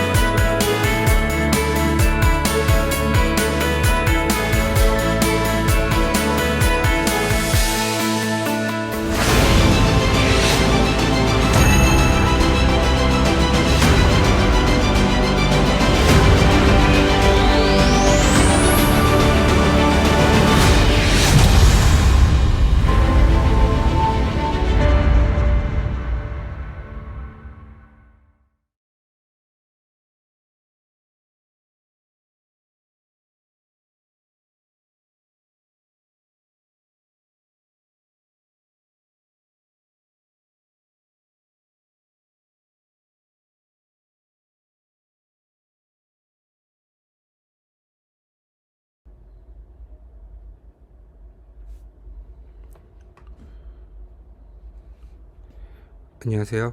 오션 서밋 2020 네 번째 발표를 맡은 한국전자기술연구원의 박종웅 선임연구원입니다.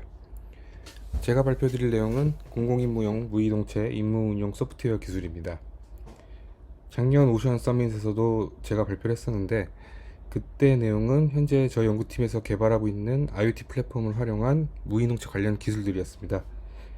무이동체에 탑재되는 비행 제어 컴퓨터와 각종 센서들을 IoT 환경에서의 각각의 띵 컨셉으로 보기 시작하면서 무이동체 관련 다양한 연구 개발을 현재 수행하고 있습니다.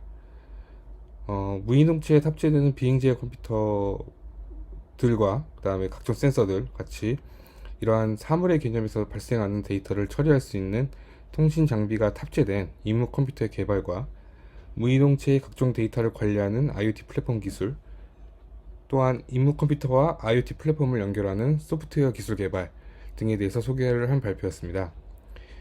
그 중에 오늘 발표에서는 무이동체의 임무 수행을 위해 개발이 필수적인 임무 소프트웨어와 지상에서의 이 무이동체를 운영하기 위한 지상 운영 소프트웨어 기술과 관련된 개발 내용을 소개해 드리려 합니다. 목차는 다음과 같습니다. 먼저 현재 저희가 수행 중인 연구개발 기술에 대해서 간략히 설명을 드리고 무이동체 임무 수행을 위해 개발되는 임무 소프트웨어 개발과 관련된 내용을 설명드리겠습니다. 또한 중앙에서 이를 관제하고 임무 명령을 제어하기 위한 지상 운영 소프트웨어 개발 내용을 설명드리도록 하겠습니다. 중간중간에 저희가 현재까지 개발된 기술에 대한 동영상을 만들어 놓은 것이 있는데요. 그거 함께 보여드리면서 이해를 돕도록 하겠습니다. 마지막으로는 저희가 이 연구 개발의 결과물을 오픈소스로 배포해서 하나의 무이동체 관련 소프트웨어의 생태계를 구축하고자 하는데, 오션을 활용한 오픈소스 추진 방안과 내용에 대해서 설명드리도록 하겠습니다. 네, 먼저 저희가 현재 진행하고 있는 연구 개발 중인 공공임무용 무이동체 탑재, 임무 소프트웨어 및 지상 운영 소프트웨어 개발에 대한 내용을 소개해 드리도록 하겠습니다. 일반적으로 현재 공공임무 서비스 생태계는 드론 개발 업체에서 드론과 함께 그 드론에 특화된 임무 소프트웨어를 탑재를 하는 형태로 공공기관이나 수요처에 납품을 하게 됩니다. 그럼 납품을 받게 된 이 공공기관이나 수요처에서는 별도의 운영자가 있을 테고요. 그 운영자가 이 서비스를 직접 운영하는 형태로 이루어지고 있습니다. 문제점은 이러한 임무 서비스 운영을 위해서는 다양한 무이동체를 다양한 업체에서 아마 구매를 하게 될 테고요. 그러다 보면 서로 다른 임무 소프트웨어가 있을 거고, 또한 그에 맞춰 서로 다른 지상 운영 소프트웨어가 동작을 하게 될 것입니다. 그러면 운영자 입장에서는 하나로 통일되지 않은 소프트웨어가 동작을 하는 환경을 운영을 해야 하기 때문에 실제 운영에 있어서는 어려움이 있다라는 문제점이 존재합니다. 또한 아시다시피 드론이 고가의 장비이기 때문에 이 드론을 가지고 실제 임무를 운영하는 데 있어서는 소극적일 수밖에 없다라는 문제점이 작용합니다. 저희는 이러한 문제점을 해결하기 위해서 공통화된 임무 소프트웨어, 그다음에 공통화된 지상 운영 소프트웨어를 만들고 누구든지 쉽게 활용할 수 있는 이 소프트웨어 개발 생태계를 만들기 위한 연구 개발을 수행하고 있습니다. 프로젝트 이름은 보시는 것처럼 미션 퍼블릭 서비스 윗 언맨드 비클로 MUV, 무브라고 적고요. 이 무브 프로젝트에서는 드론을 활용한 공공임무 서비스를 위한 공통화된 소프트웨어 개발 환경 제공을 목표로 하고 있습니다. 현재 드론이나 이런 무이동체를 활용한 다양한 공공임무 서비스 개발이 활발하게 진행 중에 있는데, 대표적으로는 이제 화재와 같은 재난 발생 시 사람이 가기 어려운 곳을 간다든지 할 때 이 무이동체를 활용해서 그곳을 대응한다든지, 아니면 영상을 취득한다든지, 또는 지속적으로 토양이나 수질 등에 대한 환경관리 조사, 그 다음에 드론을 이용한 택배, 물류 배송, 그 다음에 이제 고위험물 관리, 시설물 관리 등에 활용되고 있습니다. 이러한 공공 임무들은 임무 서비스별로 무이동체에 탑재되는 임무 장비가 서로 다르고 임무 시나리오 또한 서로 다릅니다. 그래서 무브 프로젝트에서는 이를 위해서 몇 가지 대표적이면서도 공통적인 임무 장비, 임무 시나리오를 선정을 해가지고 이 임무 장비들을 제어하기 위한 공통 임무 소프트웨어 라이브러리를 개발을 하고 있습니다. 대표적이고 공통적인 어떤 공통 임무 소프트 라이브러리를 개발하고 나면 이 라이브러리들을 실제 드론 개발 업체에서 가져가서 그 라이브러리를 활용해서 자신에 맞는 임무 시나리오에 맞게 이 소프트웨어를 개발할 수 있도록 개발 도구, 온라인과 오프라인을 모두 지원하는 개발 도구도 함께 개발을 하고 있습니다. 이 임무 소프트웨어 개발 도구는 기존의 이제 무이동체 임무 수행이나 관제에서 많이 사용되고 있는 오픈소스 기반의 소프트웨어, 관제 소프트웨어인 미션 플래너라든지 큐런트 컨트롤의 플러그인 형태로도 제공되고, 온라인으로 웹으로 접속해서 사용할 수 있게끔도 지금 개발하고 있습니다. 또한 함께 미션 컴퓨터 혹은 임무 컴퓨터라고 불리우는 이 드론 탑재용 소프트웨어가 탑재되는 하드웨어를 함께 개발해서 제공함으로써 이렇게 업체들이 각각 개발된 임무 소프트웨어들이 저희가 지금 개발하고 있는 아키텍처 상에서 자동적으로 업로드, 다운로드, 업데이트, 그 다음에 자동 실행까지 될 수 있는 환경도 함께 제공할 계획입니다. 이렇게 공통화된 임무 라이브러리 기반으로 임무 소프트웨어, 그 다음에 임무 컴퓨터, 하드웨어가 탑재된 무이동체를 가지고 공공기관이나 이제 수요처에서는 실제 운영을 하게 될 텐데요. 이때 함께 저희가 개발하고 있는 IoT 플랫폼 기반의 어떤 데이터 플랫폼을 활용한 웹포털 서비스라든지 웹 GCS를 함께 활용함으로써 보다 안전하고, 그 다음에 이 임무 서비스에 대한 접근이 용이하게 활용할 수 있도록 개발하고 있습니다. 지금 현재 중앙에 이제 IoT 플랫폼, 저희가 지금 원엠투엔 기반으로 개발된 이 IoT 플랫폼을 기반으로 무이동체에서 발생하는, 현장에서 발생하는 데이터를 수집하고 저장하고 관리를 하고, 또 운영에 필요한 데이터까지 함께 관리를 하면서 이 데이터를 웹포털과 웹 GCS로 넘겨주게 되면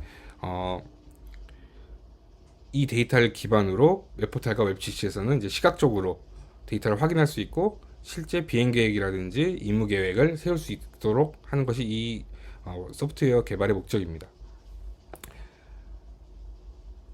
기본적으로는 운영자가 웹포털에 접속해서 내가 비행하고자 하는 임무를 선택하고 드론을 선택해서 그 드론에 대한 일단 상태 점검이나 관리를 할 수 있고요. 웹 GCS에서는 임무 영역으로 넘어가서 비행이라든지 임무 계획을 실제 중앙에서 다수를, 그러니까 이기종 다수 드론을 함께 관리할 수가 있습니다. 백단에서는 다양한 소프트웨어를 동작을 할 텐데 대표적으로는 드론과 임무 장비의 관리를 위한 임무 관리 소프트웨어, 그다음에 비행 계획과 경로 생성, 경로 추천 등의 기능을 제공하는 비행 관리 소프트웨어, 그다음에 가장 많은 요구 사항이 있는 이 부품의 지금 수명이 얼마 남았는지 확인할 수 있는 이런 주요 부품의 잔존 수명을 예측할 수 있는 수명 예지 소프트웨어들이 들어 있습니다. 이 무브 프로젝트에서는 이러한 지금 소프트웨어들, 말씀드린 소프트웨어들을 함께 개발 중에 있고요. 이를 지금 저희 IoT 플랫폼이랑 연동을 해가지고 운영자가 실시간으로 정보를 활용할 수 있도록 할 예정입니다. 이렇게 소프트웨어 개발 환경과 지상 운영 시스템 개발과 함께 운영 매뉴얼, 그 다음에 표준화, 그다음에 운영체를 통해서 운영 점검 체계를 구축하고 최종적으로는 오션을 활용해가지고 오픈소스 생태계 구축이 하는 것을 최종 목표로 하고 있습니다. 네, 간략하게 다시 임무 소프트웨어랑 이제 지상 운영 소프트웨어를 정의를 하면, 임무 소프트웨어는 공공 임무를 위해서 소프트웨어 개발자가 임무 컴퓨터에 탑재해서 이런 명령을 받고 수행하기 위해서 동작하는 소프트웨어를 의미하고요. 지상 운영 소프트웨어는 운영 관리자가, 실제 드론의 임무 서비스를 운영할 운영 관리자가 지상 운영 시스템을 활용해서 실제 비행과 임무를 수행할 때 도움을 주기 위한 운영 소프트웨어를 의미합니다. 최종적으로 저희 이 무브 프로젝트를 통해서 소프트웨어 개발이 완료됐을 때 구조를 표현한 것입니다. 그래서 각각의 임무 장비의 데이터를 관리하기 위한 이제 임무 라이브러리들, 하단에 있는 임무 라이브러리 개발이 될 거고요. 요거에 대한 이제 공통적인 저희가 임무 라이브러리를 뽑아서 도출을 해서 꼭 필요한 것들을 이제 필수적으로 1차적으로 개발하고 있습니다. 그래서 그런 임무 라이브러리 개발되면 그다음에 이런 임무 라이브러리들이 이제 임무 컴퓨터에 탑재가 될 거고, 그 탑재가 되면 기본적으로 이 중앙에 있는 임무 소프트 에이전트, 엔큐브 무브라고 되어 있는 이 엔큐브 에이전트 소프트웨어를 통해서 데이터 통합 관리 IoT 플랫폼과 연동하게 됩니다. 그 현장 왼쪽에 있는 현장 쪽에서는 이제 임무 소프트 개발 도구를 통해서 실제 임무 시나리오대로 임무 소프트를 개발할 거고, 그다음에 3D GCS를 통해서 비행 관리 소프트를 활용해서 비행 계획이라든지 그다음에 뭐 비행 경로들 생성을 하고 임무 전체 플로우를 설정을 할 겁니다. 그래서 기본적으로 3D GC에서는 이제 관제가 이루어지게 되고요. 오른쪽에 있는 운영 쪽에서는 이제 웹포털을 통해서 이제 해당 드론에, 내가 비행하고자 하는 해당 드론들의 수명 예지, 그다음에 점검, 그다음에 3D 기반의 또 자세 정보들을 UI적으로 표현하고자 합니다. 네, 지금까지 저희가 수행 중인 무이동체의 이 소프트웨어 개발 관련 개략적인 내용을 소개해드렸고요. 지금부터는 이제 현재 저희가 개발 중인 내용을 좀 파트별로 좀 설명을 드리고 동영상이랑 함께 설명을 드리도록 하겠습니다. 임무 소프트웨어부터 말씀을 드리면, 임무 소프트웨어 관련해서 첫째로는 말씀드렸다시피 다양한 지금 공공 임무에 활용된 무이동체에 대해서 공통적인 요구사항들을 분석을 해서 임무 소프트웨어를 통해서 지원 가능한 임무 장비의 연동 인터페이스를 먼저 정의를 하고요. 이를 기반으로 재사용이 가능하고 동적 구성이 가능한 아키텍처를 설계를 해서 엔큐브 무브를 기반으로 임무 라이브러리들이 동작할 수 있는 구조와 그다음에 데이터 통신 모델들을 정의를 하였습니다. 이렇게 임무 라이브러리가 개발이 되고 나면 이제 사용자가 해당 임무 라이브러리를 활용해서 개발자가 활용을 해서 이 임무 서비스를 수행하기 위한 소프트웨어를 개발할 텐데, 이를 이제 임무 소프트웨어라고 정의를 하고요. 이 임무 소프트웨어를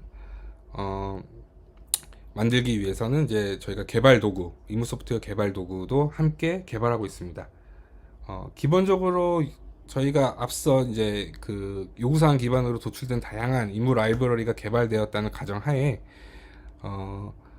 이 개발 도구에서는 그 라이브러리들을 불러와서 그 라이브러리 기반으로 사용자 그 개발자가 쉽게 개발할 수 있는 임무 소프트웨어를 개발할 수 있는 환경을 제공하는 것이 목표입니다. 그래서 저희가 지금 현재는 그 구글에서 오픈소스로 되어 있는 블락클리 기반으로 어떤 그 블록 코딩 체계로 구조를 잡고 있고요. 그래서 결론적으로는 중앙에 있는 지금 그 MSW 포탈이라고 되어 있는 임무 소프트웨어 관리 포탈을 중심으로 이제 이미 저희가 개발해 놓을 임무 라이브러리들을 관리를 하고, 개발 도구는 임무 라이브러리들을 불러와서 필요한 기능이 탑재된 이제 소프트웨어를 개발이 가능하게끔 하고자 합니다. 그래서 저희가 이제 현재 개발 중인 개발 도구는 큐그라운드 컨트롤 기반의 이제 플러그인 형태로 개발은 완료가 되었고요. 그래서 임무 소프트웨어 관리 포탈을 중심으로 이제 자동 업로드, 다운로드 데이터, 그다음에 업데이트 가능하도록 지금 설계가 완료되었습니다. 관련해서 저희가 지금 요 임무 소프트웨어 개발과 동작하는 것까지 작년에 구현한 내용이 있습니다. 그래서 그걸 보여드리면서 설명을 드리도록 하겠습니다. 네. 이 영상은 저희가 이제 임무 소프트웨어 라이브러리를 개발하는 과정에서, 그 다음에 임무 소프트웨어를 개발하는 과정에서 하나의 예시사항으로 지금 개발을 하고 있는 내용입니다. 지금 임무 컴퓨터가 지금 탑재가 되어 있고요. 그 다음에 하나의 임무 장비가 개발이 저희가 지금 자체 개발한 임무 장비입니다. 이 임무 장비는 센서 투하 장비인데 이 안에 지금 다트가 들어있고 다트를 지금 8x8로 넣어놨습니다. 총 64개의 다트가 들어있고, 해당 위치에 갔었을 때 명령을 받으면 그 다트, 그러니까 예를 들어서 8x8 중에 3,4의 다트를 투하시켜라라는 명령을 받으면 3,4가 열리면서 다트가 내려가게 되는 그러한 기본 투하 장비를 임무 장비를 하나의 예로 들어서 라이브러리 개발하고 그다음에 소프트웨어 동작시키는 과정을 설명한 내용입니다. 그래서 환경 구성은 현재 이렇게 되어 있고요.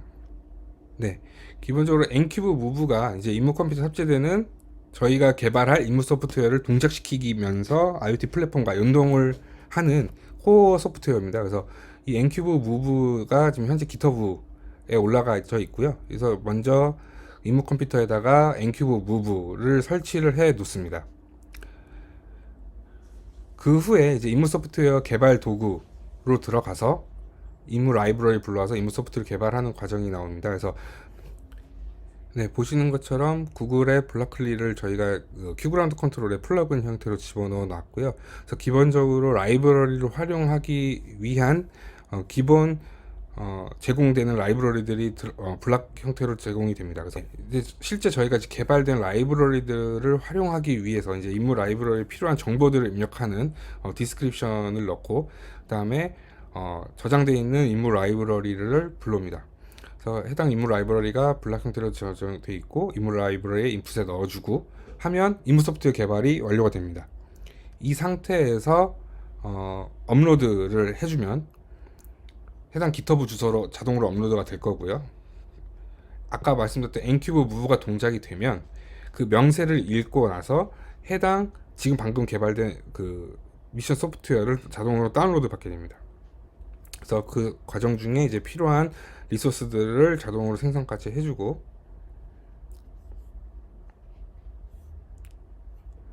그 리소스가 완성이 되고 나면 임무 소프트웨어를 자동으로 다운로드 받는 과정, 그 다음에 임무 소프트웨어 설치,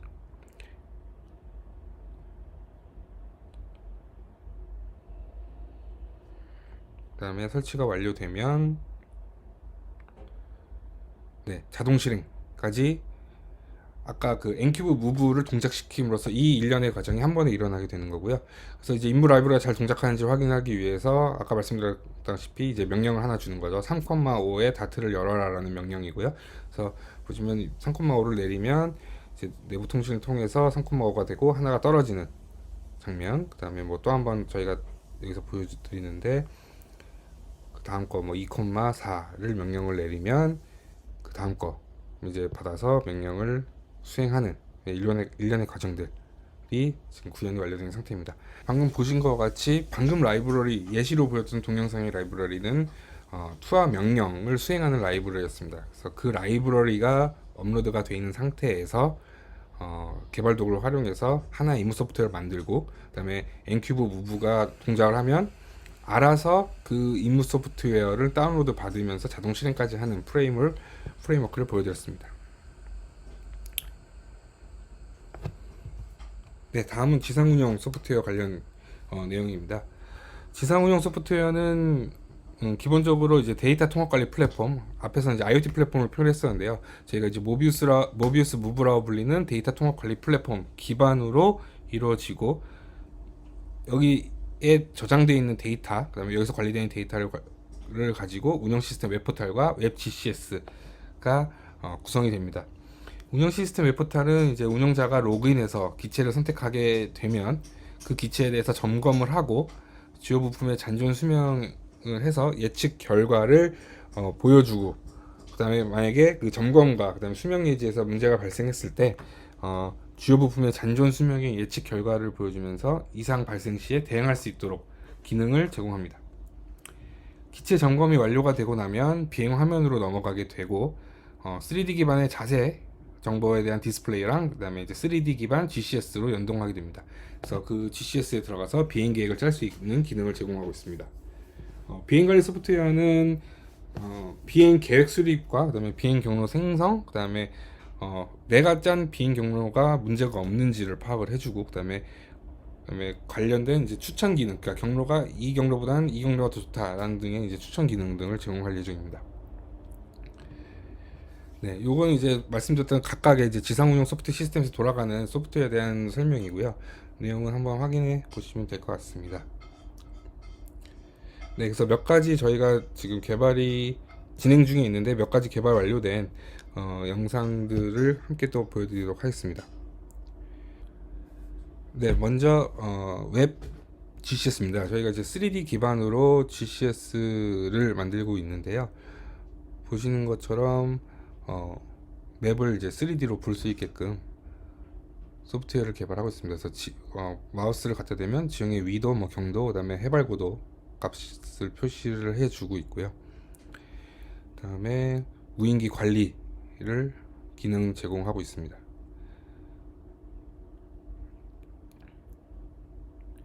네, 그리고 특정 무인기를 선택을 하면 해당 무인기를 위에서 이렇게 보여주면서 이런 기능들, 다음에 조금 뒤로 넘기면은 임무 생성 기능이 있습니다. 그래서 임무 생성에서 미션 모드로 들어오게 되면은 새로운 이제 임무를 생성하겠다, 비행 경로를 생성하겠다라고 해서 3D 기반으로 이제 그 웨이포인트 기반 이제 그 비행 경로 생성을 하는 화면입니다. 그래서 보시는 것처럼 고도 변경을 이제 드래그 앤 드랍으로 표현한다든지, 실제 오른쪽 UI에서 입력을 받아서 한다든지 가능하고요. 보시면은 조금 넘기겠습니다. 그래서 이런 식으로 이제 3D 기반으로 임무를 생성을 해서 최종적으로 이 임무 생성에 대한 업로드 기능까지 제공을 하고 있습니다. 네, 뭐 새로운 임무를 또 넣는 방법이고요.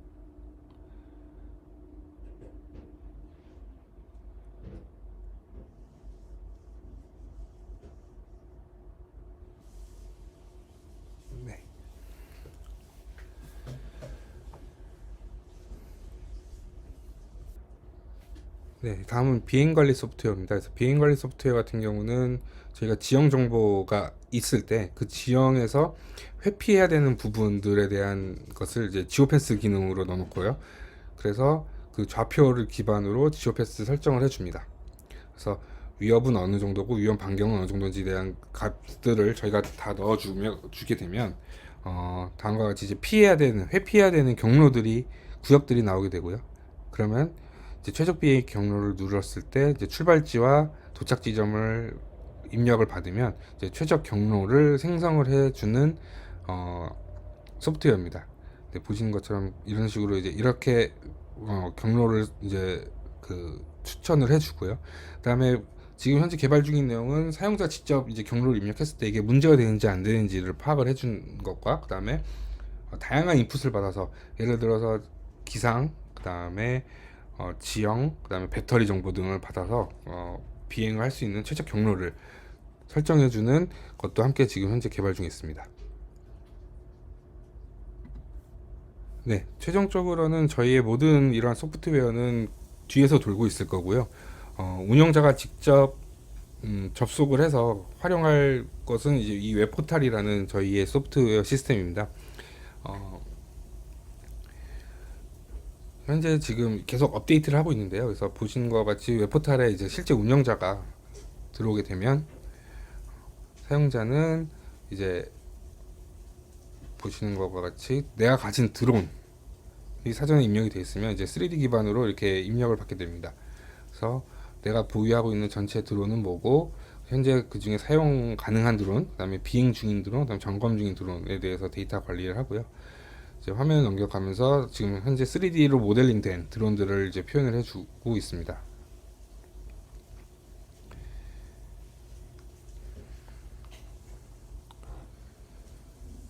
네, 드론을 선택하게 되면 오른쪽 상단에 보시는 것과 같이 현재까지 이제 비행 이력에 대한 정보를 보여주고요. 다음에 비행 로그들을 확인할 수가 있습니다. 그래서 언제 어디서 날렸고 몇 분을 날렸고, 지금은 사실 더미 데이터가 들어가서 이렇게 돼 있지만 이제 저희가 올해 목표가 이제 최종 연동까지 다 되도록 하는 게 목표고요. 지금 현재 보여드린 거는 저희의 어떤 프레임만 보여드리는 겁니다. 그래서 이런 결과가 보고서로 나올 수 있게끔 할 예정이고요. 그래서 오른쪽 아래는 이제 기체 상태가 나오고, 비행 전 점검을 눌러서 지금 현재 비행 전 점검을 수행할 수 있게 하고, 이제 각종 이제 센서류, 프로펠러 이런 것들이 문제가 없다는 거 확인이 됐을 때 이제 비행이 가능하도록 하게 하였습니다. 그래서 비행 화면을 누르면 저희가 이제 3D 모델링을 한 기체가 보일 겁니다. 그래서 3D 모델링한 기체를 저희가 이렇게 볼 수 있고, 한쪽 화면에서는 이제 3D GCS를 활용을 해서 실제 비행하는 모습을 볼 거고요. 요거는 이제 하나의 기체에 대해서 자세 정보를 보기 위해서 이렇게 정보를 제공하고 있습니다. 그래서 부품들까지 다 3D 모델링을 해가지고 관련된 정보들, 그다음에 아래 보시는 계기판들을 활용해서 실제 필요한 정보들을, 안전에 필요한 정보들을 보여주고자 합니다.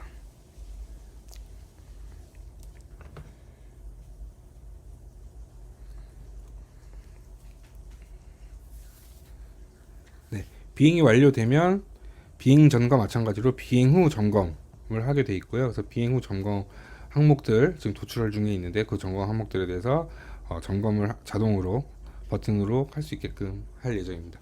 물론 이제 육안으로 이제 점검이 필요한 것들도 여기서 입력을 받아서 할 수 있도록 할 예정입니다. 네, 그래서 보시면은 이렇게 새로운 드론이 생겼을 때 드론 이름과 정보들 입력받을 수 있는 기능을 제공을 하고 있고요. 그다음에 그래서 사용자의 권한 관리까지 지금 프레임을 다 만들어 놓았습니다.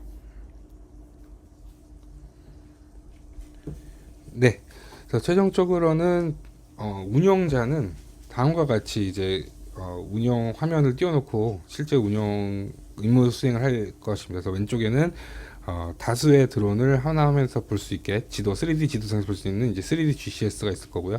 거기서는 이제 비행 관리라든지 임무 관리를 수행할 거고요.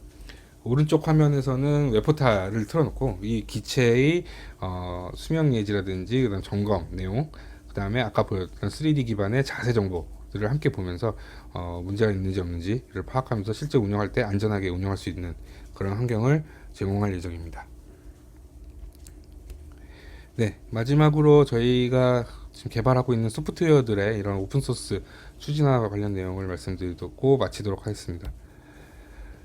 저희는 이제 오션을 활용해서 오픈소스를 추진하고 있는데요. 이 무브 프로젝트 오픈소스는 관련해서 저희 그 디벨로퍼스 IoT ocean.org에 현재 이제 무브 탭이 만들어져 있고, 그 안에 저희가 지금 만들어 놓고 있는 라이브러리라든지 그다음에 이모소프트 개발 도구, 그다음에 추후에는 이제 운영 쪽에서 쓰일 소프트웨어들도 다 오픈소스로 배포할 예정입니다. 그래서 이 오션 사이트를 활용해 가지고 이 개발자 커뮤니티를 활성화하고, 그다음에 이 저희들의 결과물들을 관리하고 배포할 예정이고요.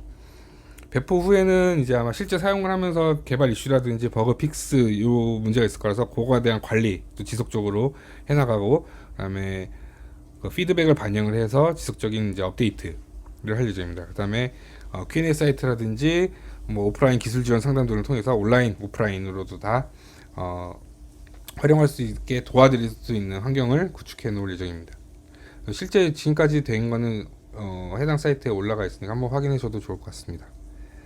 네, 저희가 이제 이 프로젝트를 어떻게 공개 추진할 건지에 대한 내용이고요. 그래서 워크숍이라든지 이런 오션 행사와 같은 공개 설명회, 그 다음에 이제 온라인 Q&A라든지 오프라인, 오프라인 교육 등을 해가지고 최종적으로는 저희가 이제 원엠투엔 기반으로 동작하기 때문에 이 원엠투엔 표준 해설서, 그 다음에 이 표준 적합성 시험, 그 다음에 검증할 수 있는 가이드를 제시를 하고, 그 다음에 상호 운영성 시험 검증 가이드, 보안 시험 검증 가이드를 통해서 많은 곳에서 저희 소프트웨어를 활용할 수 있게끔 추진할 계획입니다.